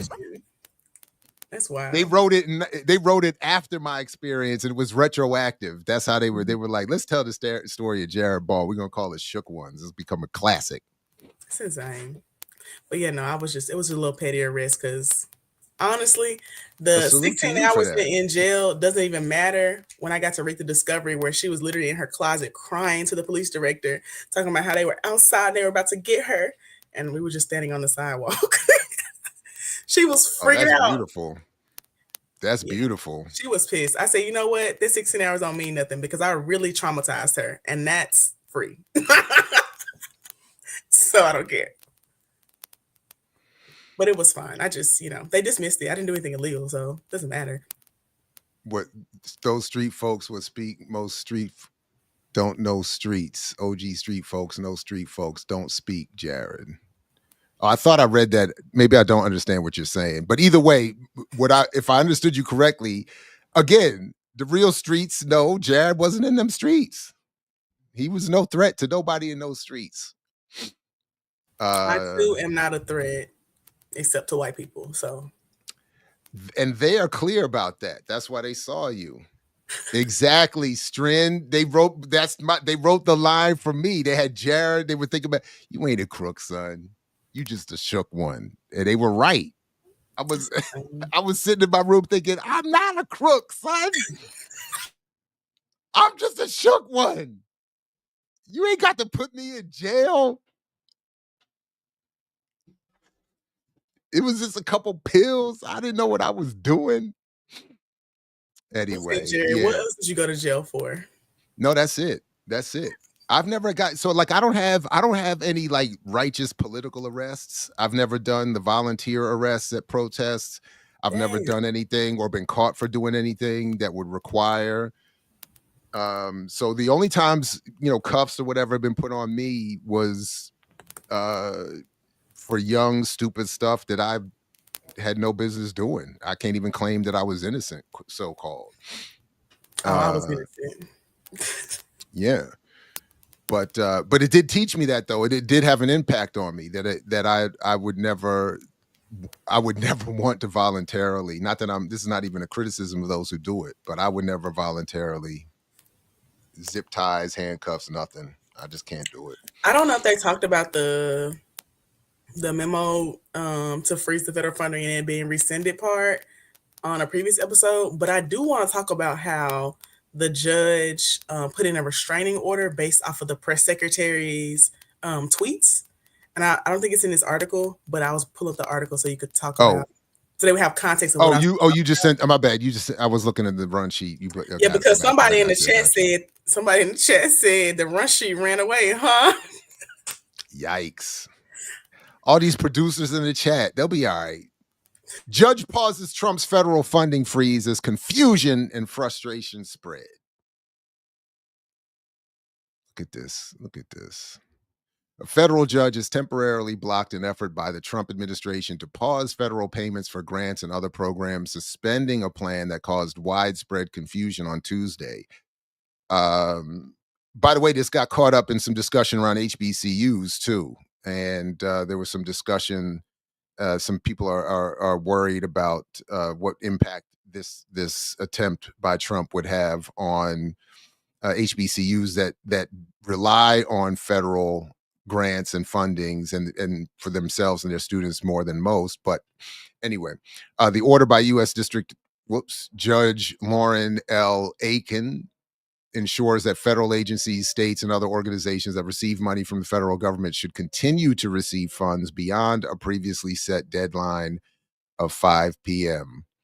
This is a sigh of relief for millions of people who have been in limbo over the last 24 hours as a result of the Trump administration's callous attempt to wholesale shutter federal assistance and grant programs that people across the country rely on, said Sky Perryman, president and CEO of the group Democracy Forward, which led a legal challenge to the policy.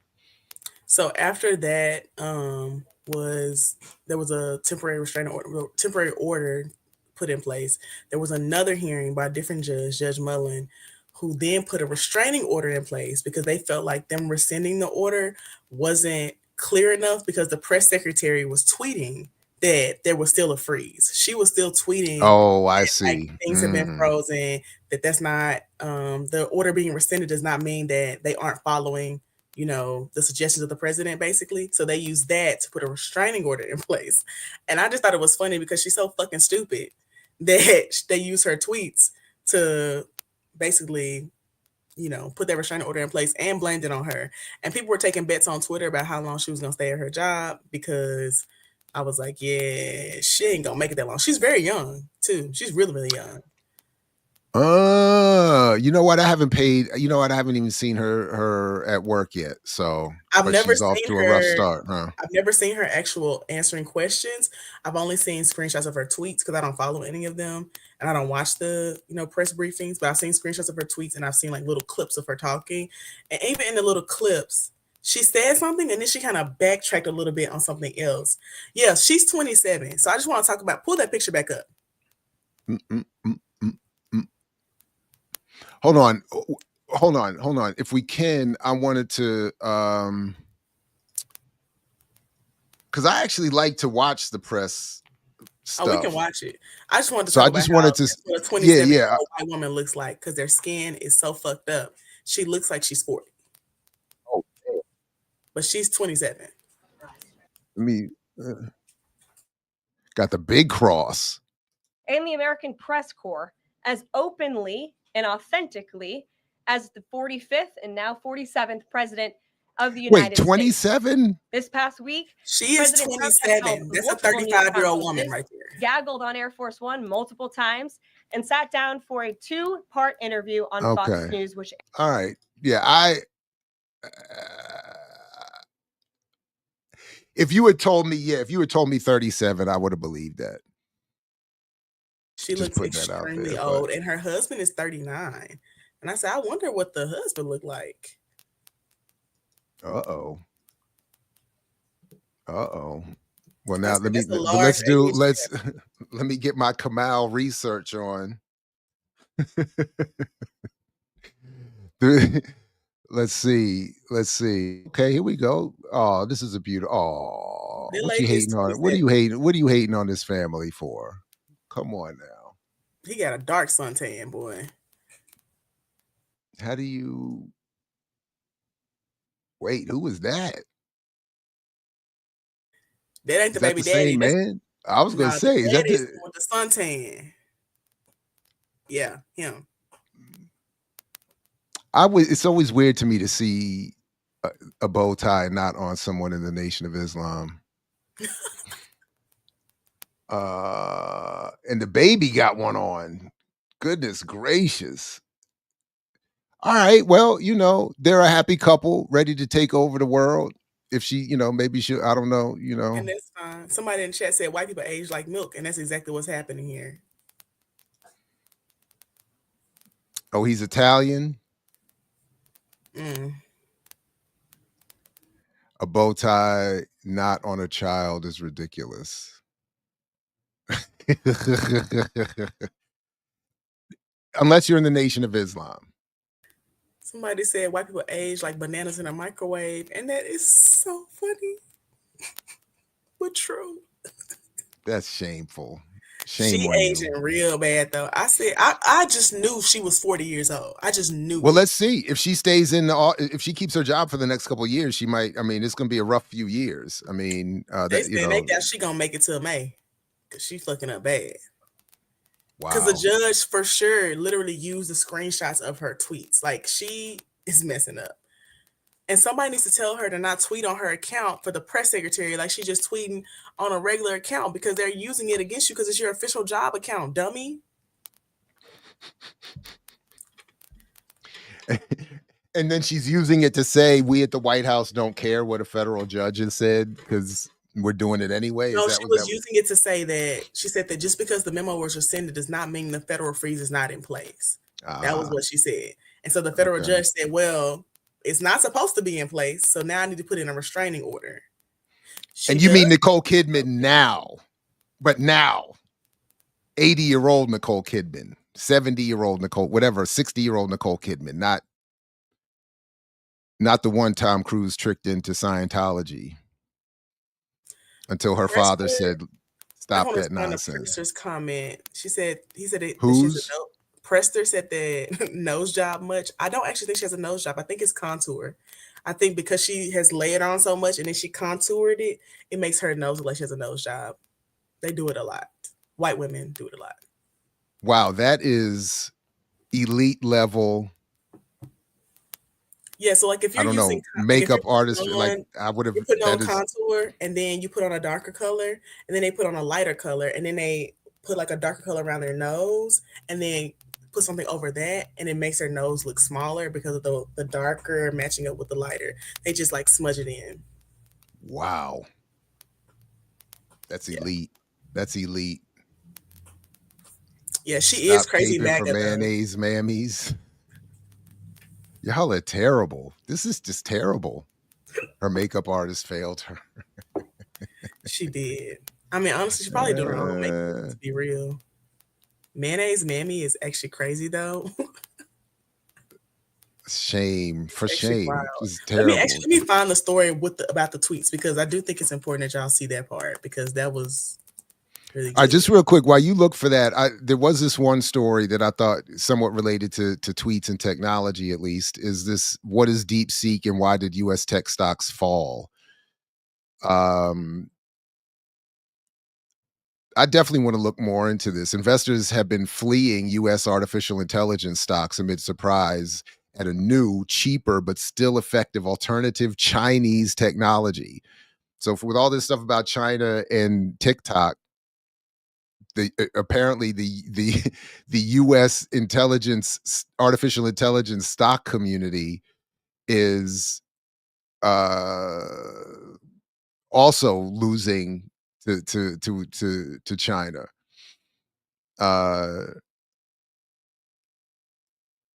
And I'm assuming by investors, they at least mean some U.S. investors. DeepSeek is a Chinese artificial intelligence AI company based in Hangzhou that emerged a couple of years ago from a university startup. Its stated goal is to make an artificial general intelligence, a term for a human level intelligence that no technology firm has yet achieved. It's not there yet. But this may be one reason why the computer scientists at DeepSeek have taken a different approach to building their AI model, with the result that it appears many times cheaper to operate than its U.S. rivals. Another reason it appears they've taken the low-cost approach could be the fact that Chinese computer scientists have long had to work around limits to the number of computer chips that are available to them, a result of U.S. government restrictions. So interesting. Are the restrictions? Have you heard about how the restrictions are about patents too? Like they restrict the amount of chips they can get because they also don't want other people getting patents for stuff. I haven't heard that part. So I can't. I was reading claim, something about that a while ago, and I was like, I wonder how that's connected. I really need to pay more attention to like some of the tech stuff that's happening lately because I'm a little weary about this DeepSeek thing too. But I don't use AI and I don't trust AI, so I'm weary about all of it. Yeah, I mean, for me, what at least at the moment, what is I think interesting is I'm just curious to what extent or how the U.S. intends to carry out an actual beef competition and, as some have suggested, eventual war with China. And I'm still naive enough to think that war is not an actual option. And I'm also suspicious to what extent there is going to be an actual competition, given how much the U.S. relies on China. But to the point of the story, I'm interested because again, I'm just glancing at it, but it seems to suggest that even the U.S. and its allies, investors are going for this technology from China. So, anyway, this being open source has opened my eyes to AI. We can do so much more without the capitalist gatekeeping. I agree. I agree with some of the comments about it being more efficient. I have heard that it's way better for the environment. It's way more efficient. Like the tools they use to make it. So I think that's important. There we go. All right. So which one of these did you want me to pull up? Pull up the tweet first. I want to actually read the tweet that she said that was referenced.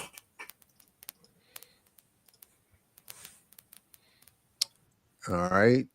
So this was after the memo was rescinded. She said, this is not a recession of the federal funding freeze. It is simply a recession of the OMB memo. Why? To end any confusion created by the court's injunction. The president's EO on federal funding remains in full force and effect and will be rigorously implemented. Wow. So then if you pull up the other article. This is funny. For those of you with Trump University degrees, this means he surrendered. That's funny. Wow. I just was curious what the response was. What is an OMB? Don't speak in acronyms.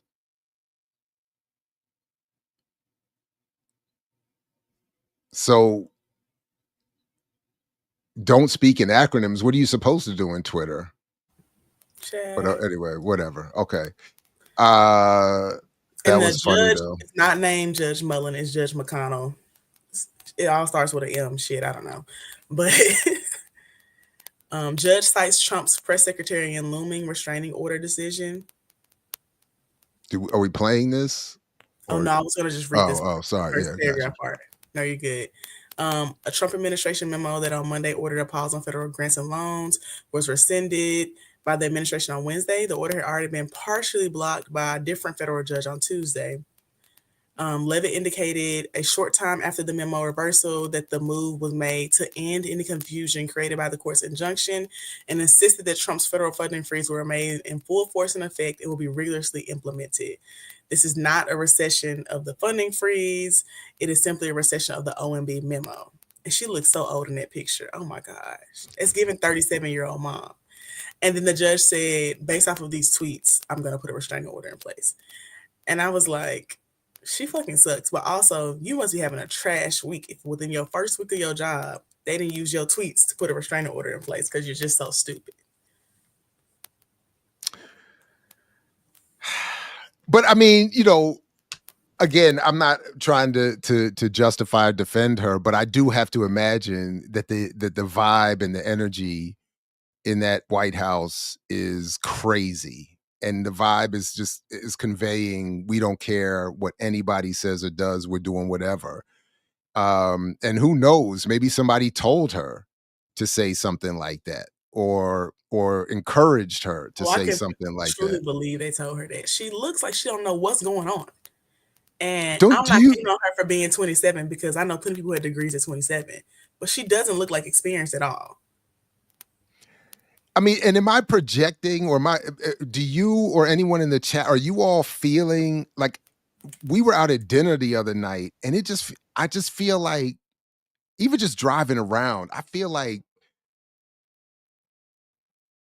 there is just this vibe of what's the word? Like, whites are turned up. Like, they are even more than normal in this collective. Oh, they definitely turned We the fuck won up. again. Yeah. And it so But I lucky could just for me, I live in imagine. a majority black city, so they're not trying that shit. But other places, I don't know. Yeah, I don't know. I feel like I'm seeing more MAGA stuff on cars and American flags everywhere, and Yeah, but they not finna, like somebody said, they froggy. Yeah, they not finna jump. They not doing nothing. They might like stun a little bit, but they not finna try you. yeah, I hear you. In general, I don't feel that way, but I do remember. I do need to be reminded that I'm not far from Cecil County, and I do remember in the military meeting what I consider to be the real whites. That some of you have to actually live around them, so it's more real for you. Yeah. I don't feel like I live around them. I don't have to work around them, but I know they're out there. And the real whites, they are froggy, and they will jump, and they will jump with weaponry, and they want to. Yeah. So I know they're out there. They looking for their moment. They're looking for their moment. And I feel like it's about to, it's like it's either happening now or it's around the corner. Yeah. I think I'm really not, I'm not as a renaissance. That's a good word for it. It's a renaissance for them right now. Y'all had Beyonce, we got Trump. I mean, I do feel like that, like, you had your little 4-year break with Biden and Kamala and all of that, and of course you had the years preceding all of that with Obama. But I just feel like, and the way this victory happened, the way it's being, I think, misreported and misinterpreted, they feel like that they've really done something here. So I do think I don't because know. I am in a majority black city, so I don't interact with them that much. It's not. It's like a different experience for me. I've only had one white neighbor in our neighborhood, and when he moved in, I asked him, "I don't know why the fuck you moved to a majority black neighborhood." Oh wow, what did he he say? He lasted a year. He was like, "Well, it was just cheaper." I said, "Yeah, we should let another black family move in here." And he lasted about a year, and then he moved. I said, "Yeah, that's what you should have did. Because why are you here?" I could see that. I'm actually picturing the scene of you walking up to the neighbor and being like, "What are you even moving here for?" I just want to say, I actually wasn't walking up to him. I was taking my trash out, and he started talking to me, and I said, "I actually don't fuck with white people. And I don't understand why you moved to our majority black neighborhood." People over here expected you're going to show up with a little welcome cake, baked ziti or whatever the hell, and you over there with a trash bag and filled with "get the fuck out." Me and my dog, because my dog walks to the trash can with me because we practice his off leash walking that way, and like for walks and stuff, we practice his off leash walking stuff. So he like walks to the trash can with me, walks back, and my dog was looking at him like, the fuck, because he confused too.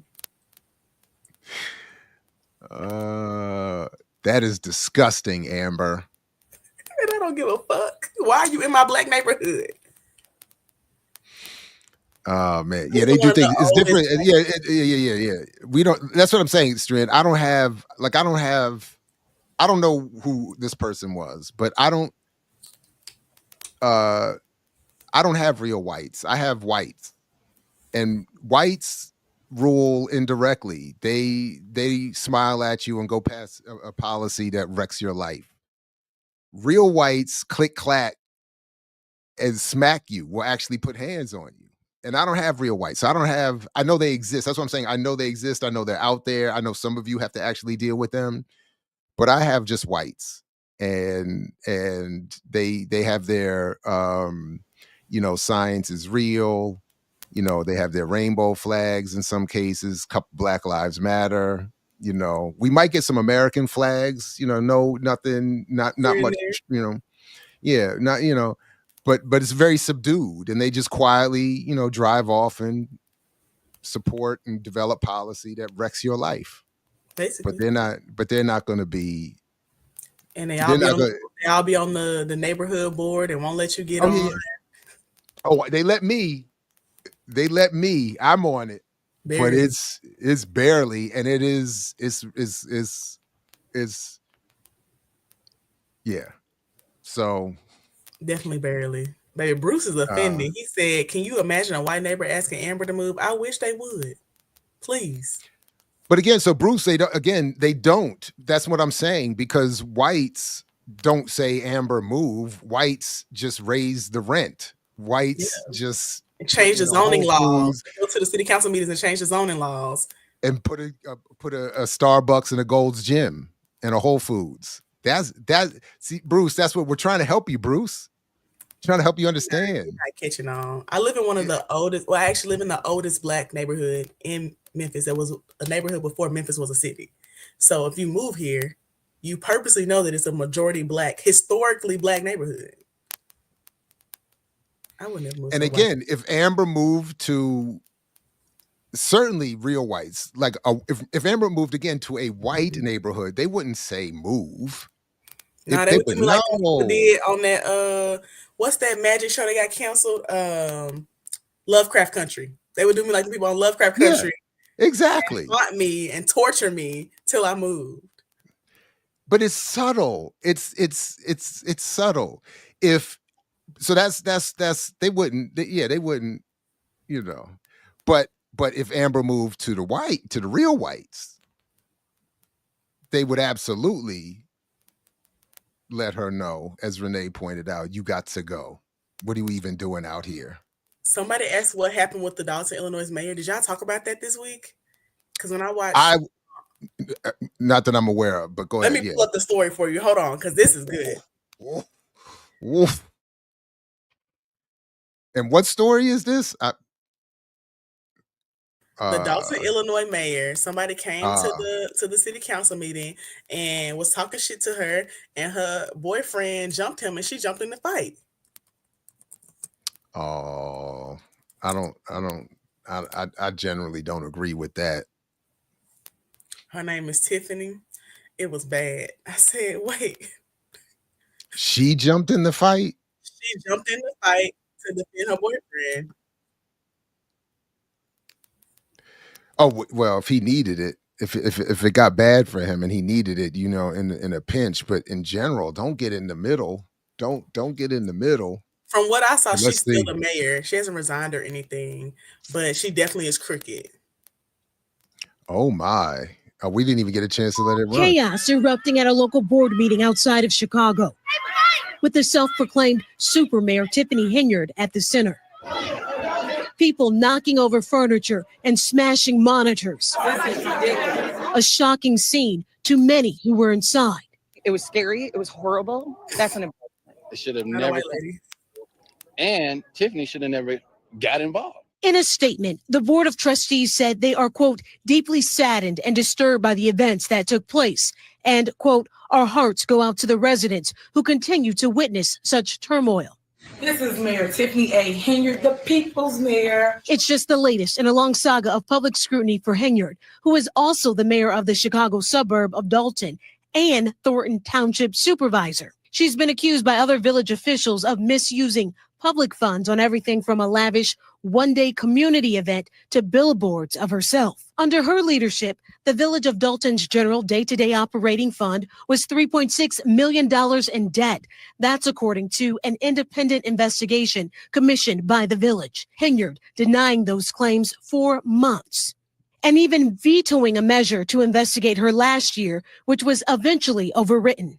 We'll be victorious when all the dust clear. You see, mark my word. But one day before the brawl, former Chicago Mayor Lori Lightfoot, who was tapped to lead the investigation into possible mismanagement of Dalton's funds, released her final summary. Some key findings, including $170,000 in travel-related costs, which Lightfoot said produced no business opportunities, $51,000 spent at area restaurants, and more than $218,000. So wait a minute. Is she saying that if you spend $170,000 on travel but bring business to the community, that's okay? Yeah, it's all right to Damn. spend and steal money if you bring in some businesses there. Because that $170,000 in travel, that's in like 2 to 3 years, right? No, this is for a year. That's 1 year? That was for this, from what the thing I read was from the 1 year where they accused her. And somebody in the chat said her wig came off. Her wig did come off. It was on the ground. I saw it in a video, but I couldn't find that video. But it was crazy. I was like, why is she fighting these people for that man? Well, if the wig came off, she must have taken a first-class flight to the Dominican to get it fixed. $170,000 for Amazon purchases made with Village credit cards. I'm happy that the report is out so that the residents finally know some of the truth. Regarding the brawl or Lightfoot summary, Henyard did not immediately respond to NBC News' request for comment. She has previously said the financial accusations are political retaliation and has threatened legal action. But tonight, as she makes headlines once again and goes viral for fighting, there are renewed concerns about her leadership. Okay, Adrian Broadus joins us tonight live from Chicago. So, Adrian, I want to pick up right there where you left off. What's next for this mayor? Well, Tom, in the township where that fight happened last night, a judge ruled Henyard will not be allowed on the ballot for re-election when it comes to the role of township supervisor. The only chance she has would be a write-in campaign. However, in Dalton, which is about 6 minutes away from the township, she is still seeking re-election as mayor, Tom. All right, Adrian Broadus here with that new report, and we appreciate it. Thanks for watching.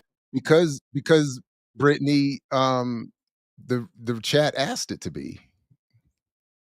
Okay, That's somebody asked why was she fighting? So I did I was looking for the video of the guy who was talking. So someone was giving public comment at the meeting, and he was talking reckless, but that's not really what matters here. You don't start fighting because of that. So then her boyfriend jumped him. So that's this video. We were ready to take a vote, and we're gonna exchange your black for Stephanie to be the new member of Army. So all those in favor say, all those against it say nay, all those in favor say aye. You go. Oh man. I just want to let y'all know that he said, "You gone, bitch." Oh my. And then is this the boyfriend? Oh, somebody held him? They jumped him.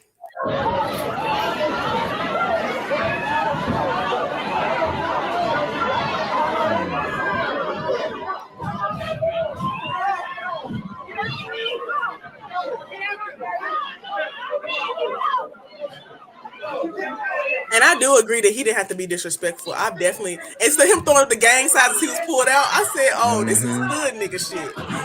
But he didn't have to call her to be weird. I do agree with that. But I mean, his concern was real, and the other people were pissed off too about the investigation. So I get it. Like, people do get to a breaking point, and they're like, all right, you gotta go. I don't understand how she can be the township supervisor and the mayor. I've never seen that. And I don't know if it's because Chicago has so many townships and so many like suburbs, but like that doesn't seem legal either. Like, you shouldn't be able to be in two positions. Does anybody in the chat know if this is unprecedented or if that is at all routine? Yeah,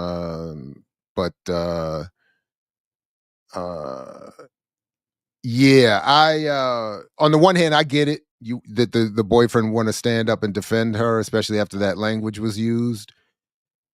But I was also thinking, but he could have had him go outside and talk to him and fight him there. You jumped him. He had somebody hold him.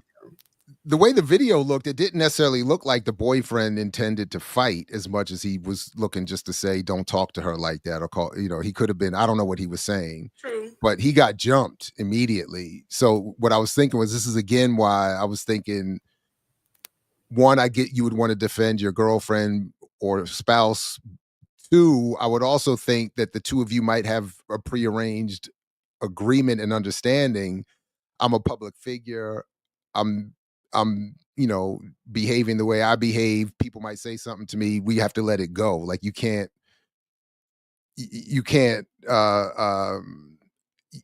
we might, just because I'm a public figure and we're doing we might have to let certain things go, blah, blah, blah. I could also see it again, if you really, that's what I was thinking, if you really wanted to fight the guy, just wait till he's outside or in the hallway. Like, just to clarify something for people in the comments, because someone did ask, the guy speaking on the mic was a community member. The guy who jumped him was behind him in like a black jacket and with you some see him red grab stuff on him. it. Yeah. So they are saying in the chat that it is legal but unprecedented for someone to have two positions. Enoch said, not unprecedented in smaller municipalities. There's a woman on Scam Goddess that did the same thing without being mayor, more than one position. So, and I mean, I wasn't surprised that people were in more than one position. I was honestly just trying to see if that was legal or not, because if you're managing two budgets, that feels like you can get into some gray areas where you're scamming, basically. And I do know that Chicago has a lot of suburbs and townships. My dad lives outside Chicago in a suburb, but the town is very small. Like, it's not a lot of people there at all, because they have so many little suburbs and townships. Because he lives in a suburb, not a township. It doesn't have not an actual township, which I think is also weird, because townships have supervisors and different board structure versus the suburban cities have a mayor and a city board or whatever. It's too much. I said, y'all really doing a lot.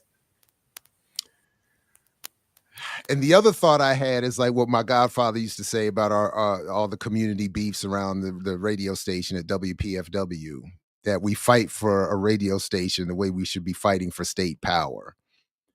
And I felt that's, if we swing it at each other over comments at the no disrespect as a village board, county board member myself, but at the little local whatever, for the local whatever over the local whatever, we ready to throw hands and do all this other kind of stuff.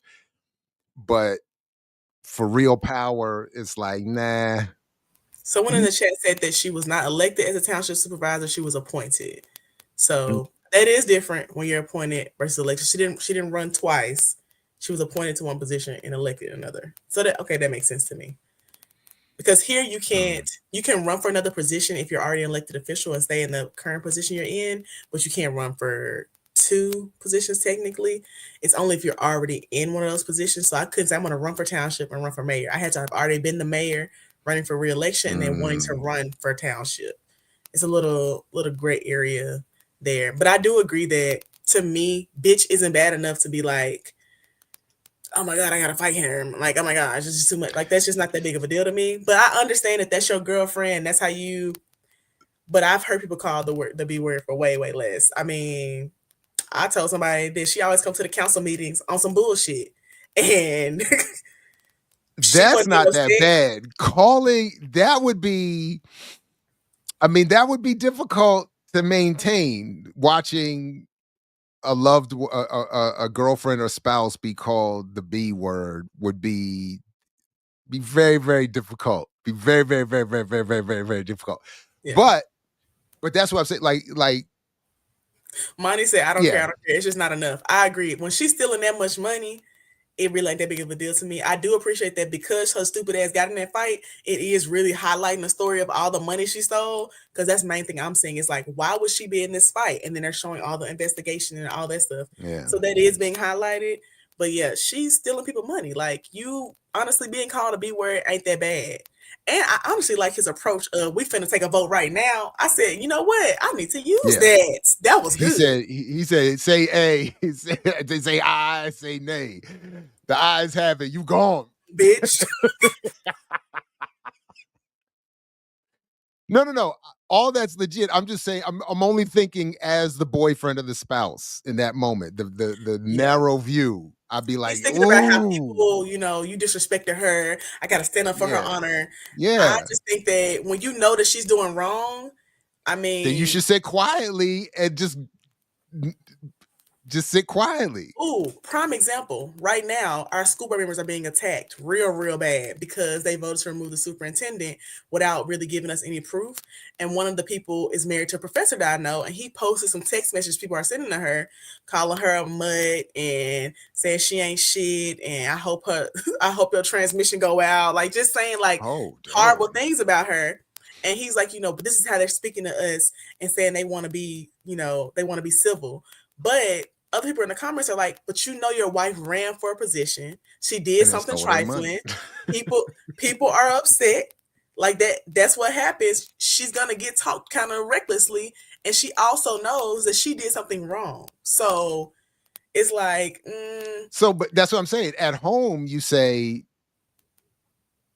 you know you're wrong. But in public, it's like, no, look, I get it. I'm just saying, it's just that reaction. You just, yeah, they did call her a mutt in the text message, Elon, and I didn't agree with it. I didn't say they said that she looked like a South Memphis Carmen Sandiego. oh I mean, God, I didn't disagree. that's pretty that it was funny wrong. though. She could have gotten a laugh out of that one. I said That's that was pretty good. That's pretty good. She went to a press conference. She had on a red trench coat. Like with old boy, funny.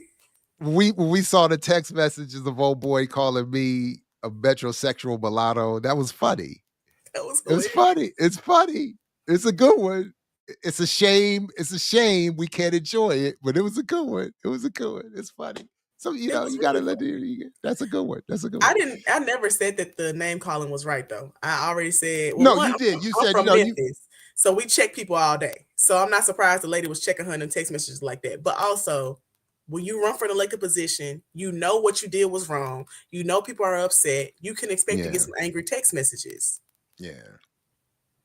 I didn't say it So was listen, right. It was mean. So Amber, what you doing this weekend? What's happening? Ooh, I am going to choir practice on Saturday, and then I'm going to a party, I think. I don't know. Choir to the party. I just be doing stuff. Okay. Folks, do come back. I think nothing. I'm gonna do nothing. Not a damn thing. I am doing what am I doing today? Nothing. Tomorrow, Saturdays with Renee, of course. And then I actually am doing a whole bunch of stuff tomorrow. Never mind. Never mind. I'm tapping into that. I'm definitely I'm watching busy. that. I'm quietly busy. Renee. For somebody in the chat who I mean, I'm there too, though. I'm there too. I mean, sings too. I do sing too. You are on the show. Renee is the star, though. That's my homie. No, she is the star. But I'm just saying, it sounds kind of funny when you like. I'm definitely tuned into the show because I love her. I mean, it just sounds a kind of way. That's all. Like, I really live about 5 different lives at one time. I don't know if y'all figured that out yet, chat. But I'm really doing multiple things just for the hell of it. Do it for the plot. That's what I say. I think later today, I think Jackie's on. I want to say I want to say she is. I'm not entirely sure. With another edition of Darker Than Blue. Yeah, today at 5:00. So make sure you come back for that. Tomorrow, Saturdays with Renee's, and then Warrior Class. Sundays with the Ear Doctor. I'll be back Monday morning, and if folks have nothing better to do, I will say the Ear Doctor did a live DJ mix on Saturday that was so good. I said, "Oh, he did." That's what I'm saying. All of his mixes are fire, really. Yeah. And the pop up he did last, I think, was it Saturday morning, and then his Sundays. Yeah, I was so tapped in. I said, "Well, I forgot that Beyonce song existed."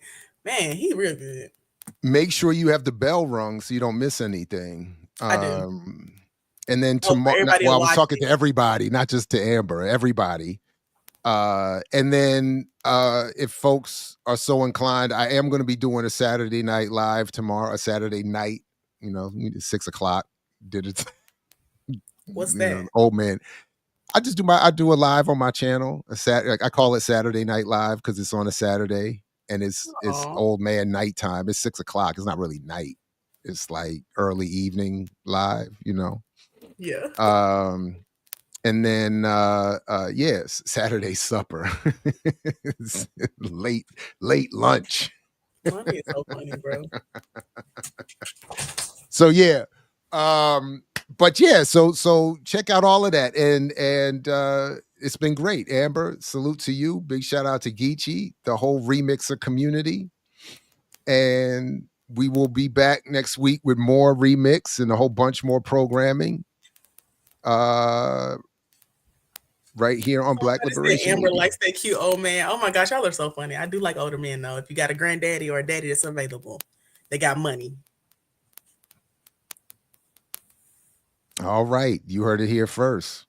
Peace, everybody. As long as you're willing to fight for it, like Fred Hampton used to say, we'll catch you next time here with more remix, more to show.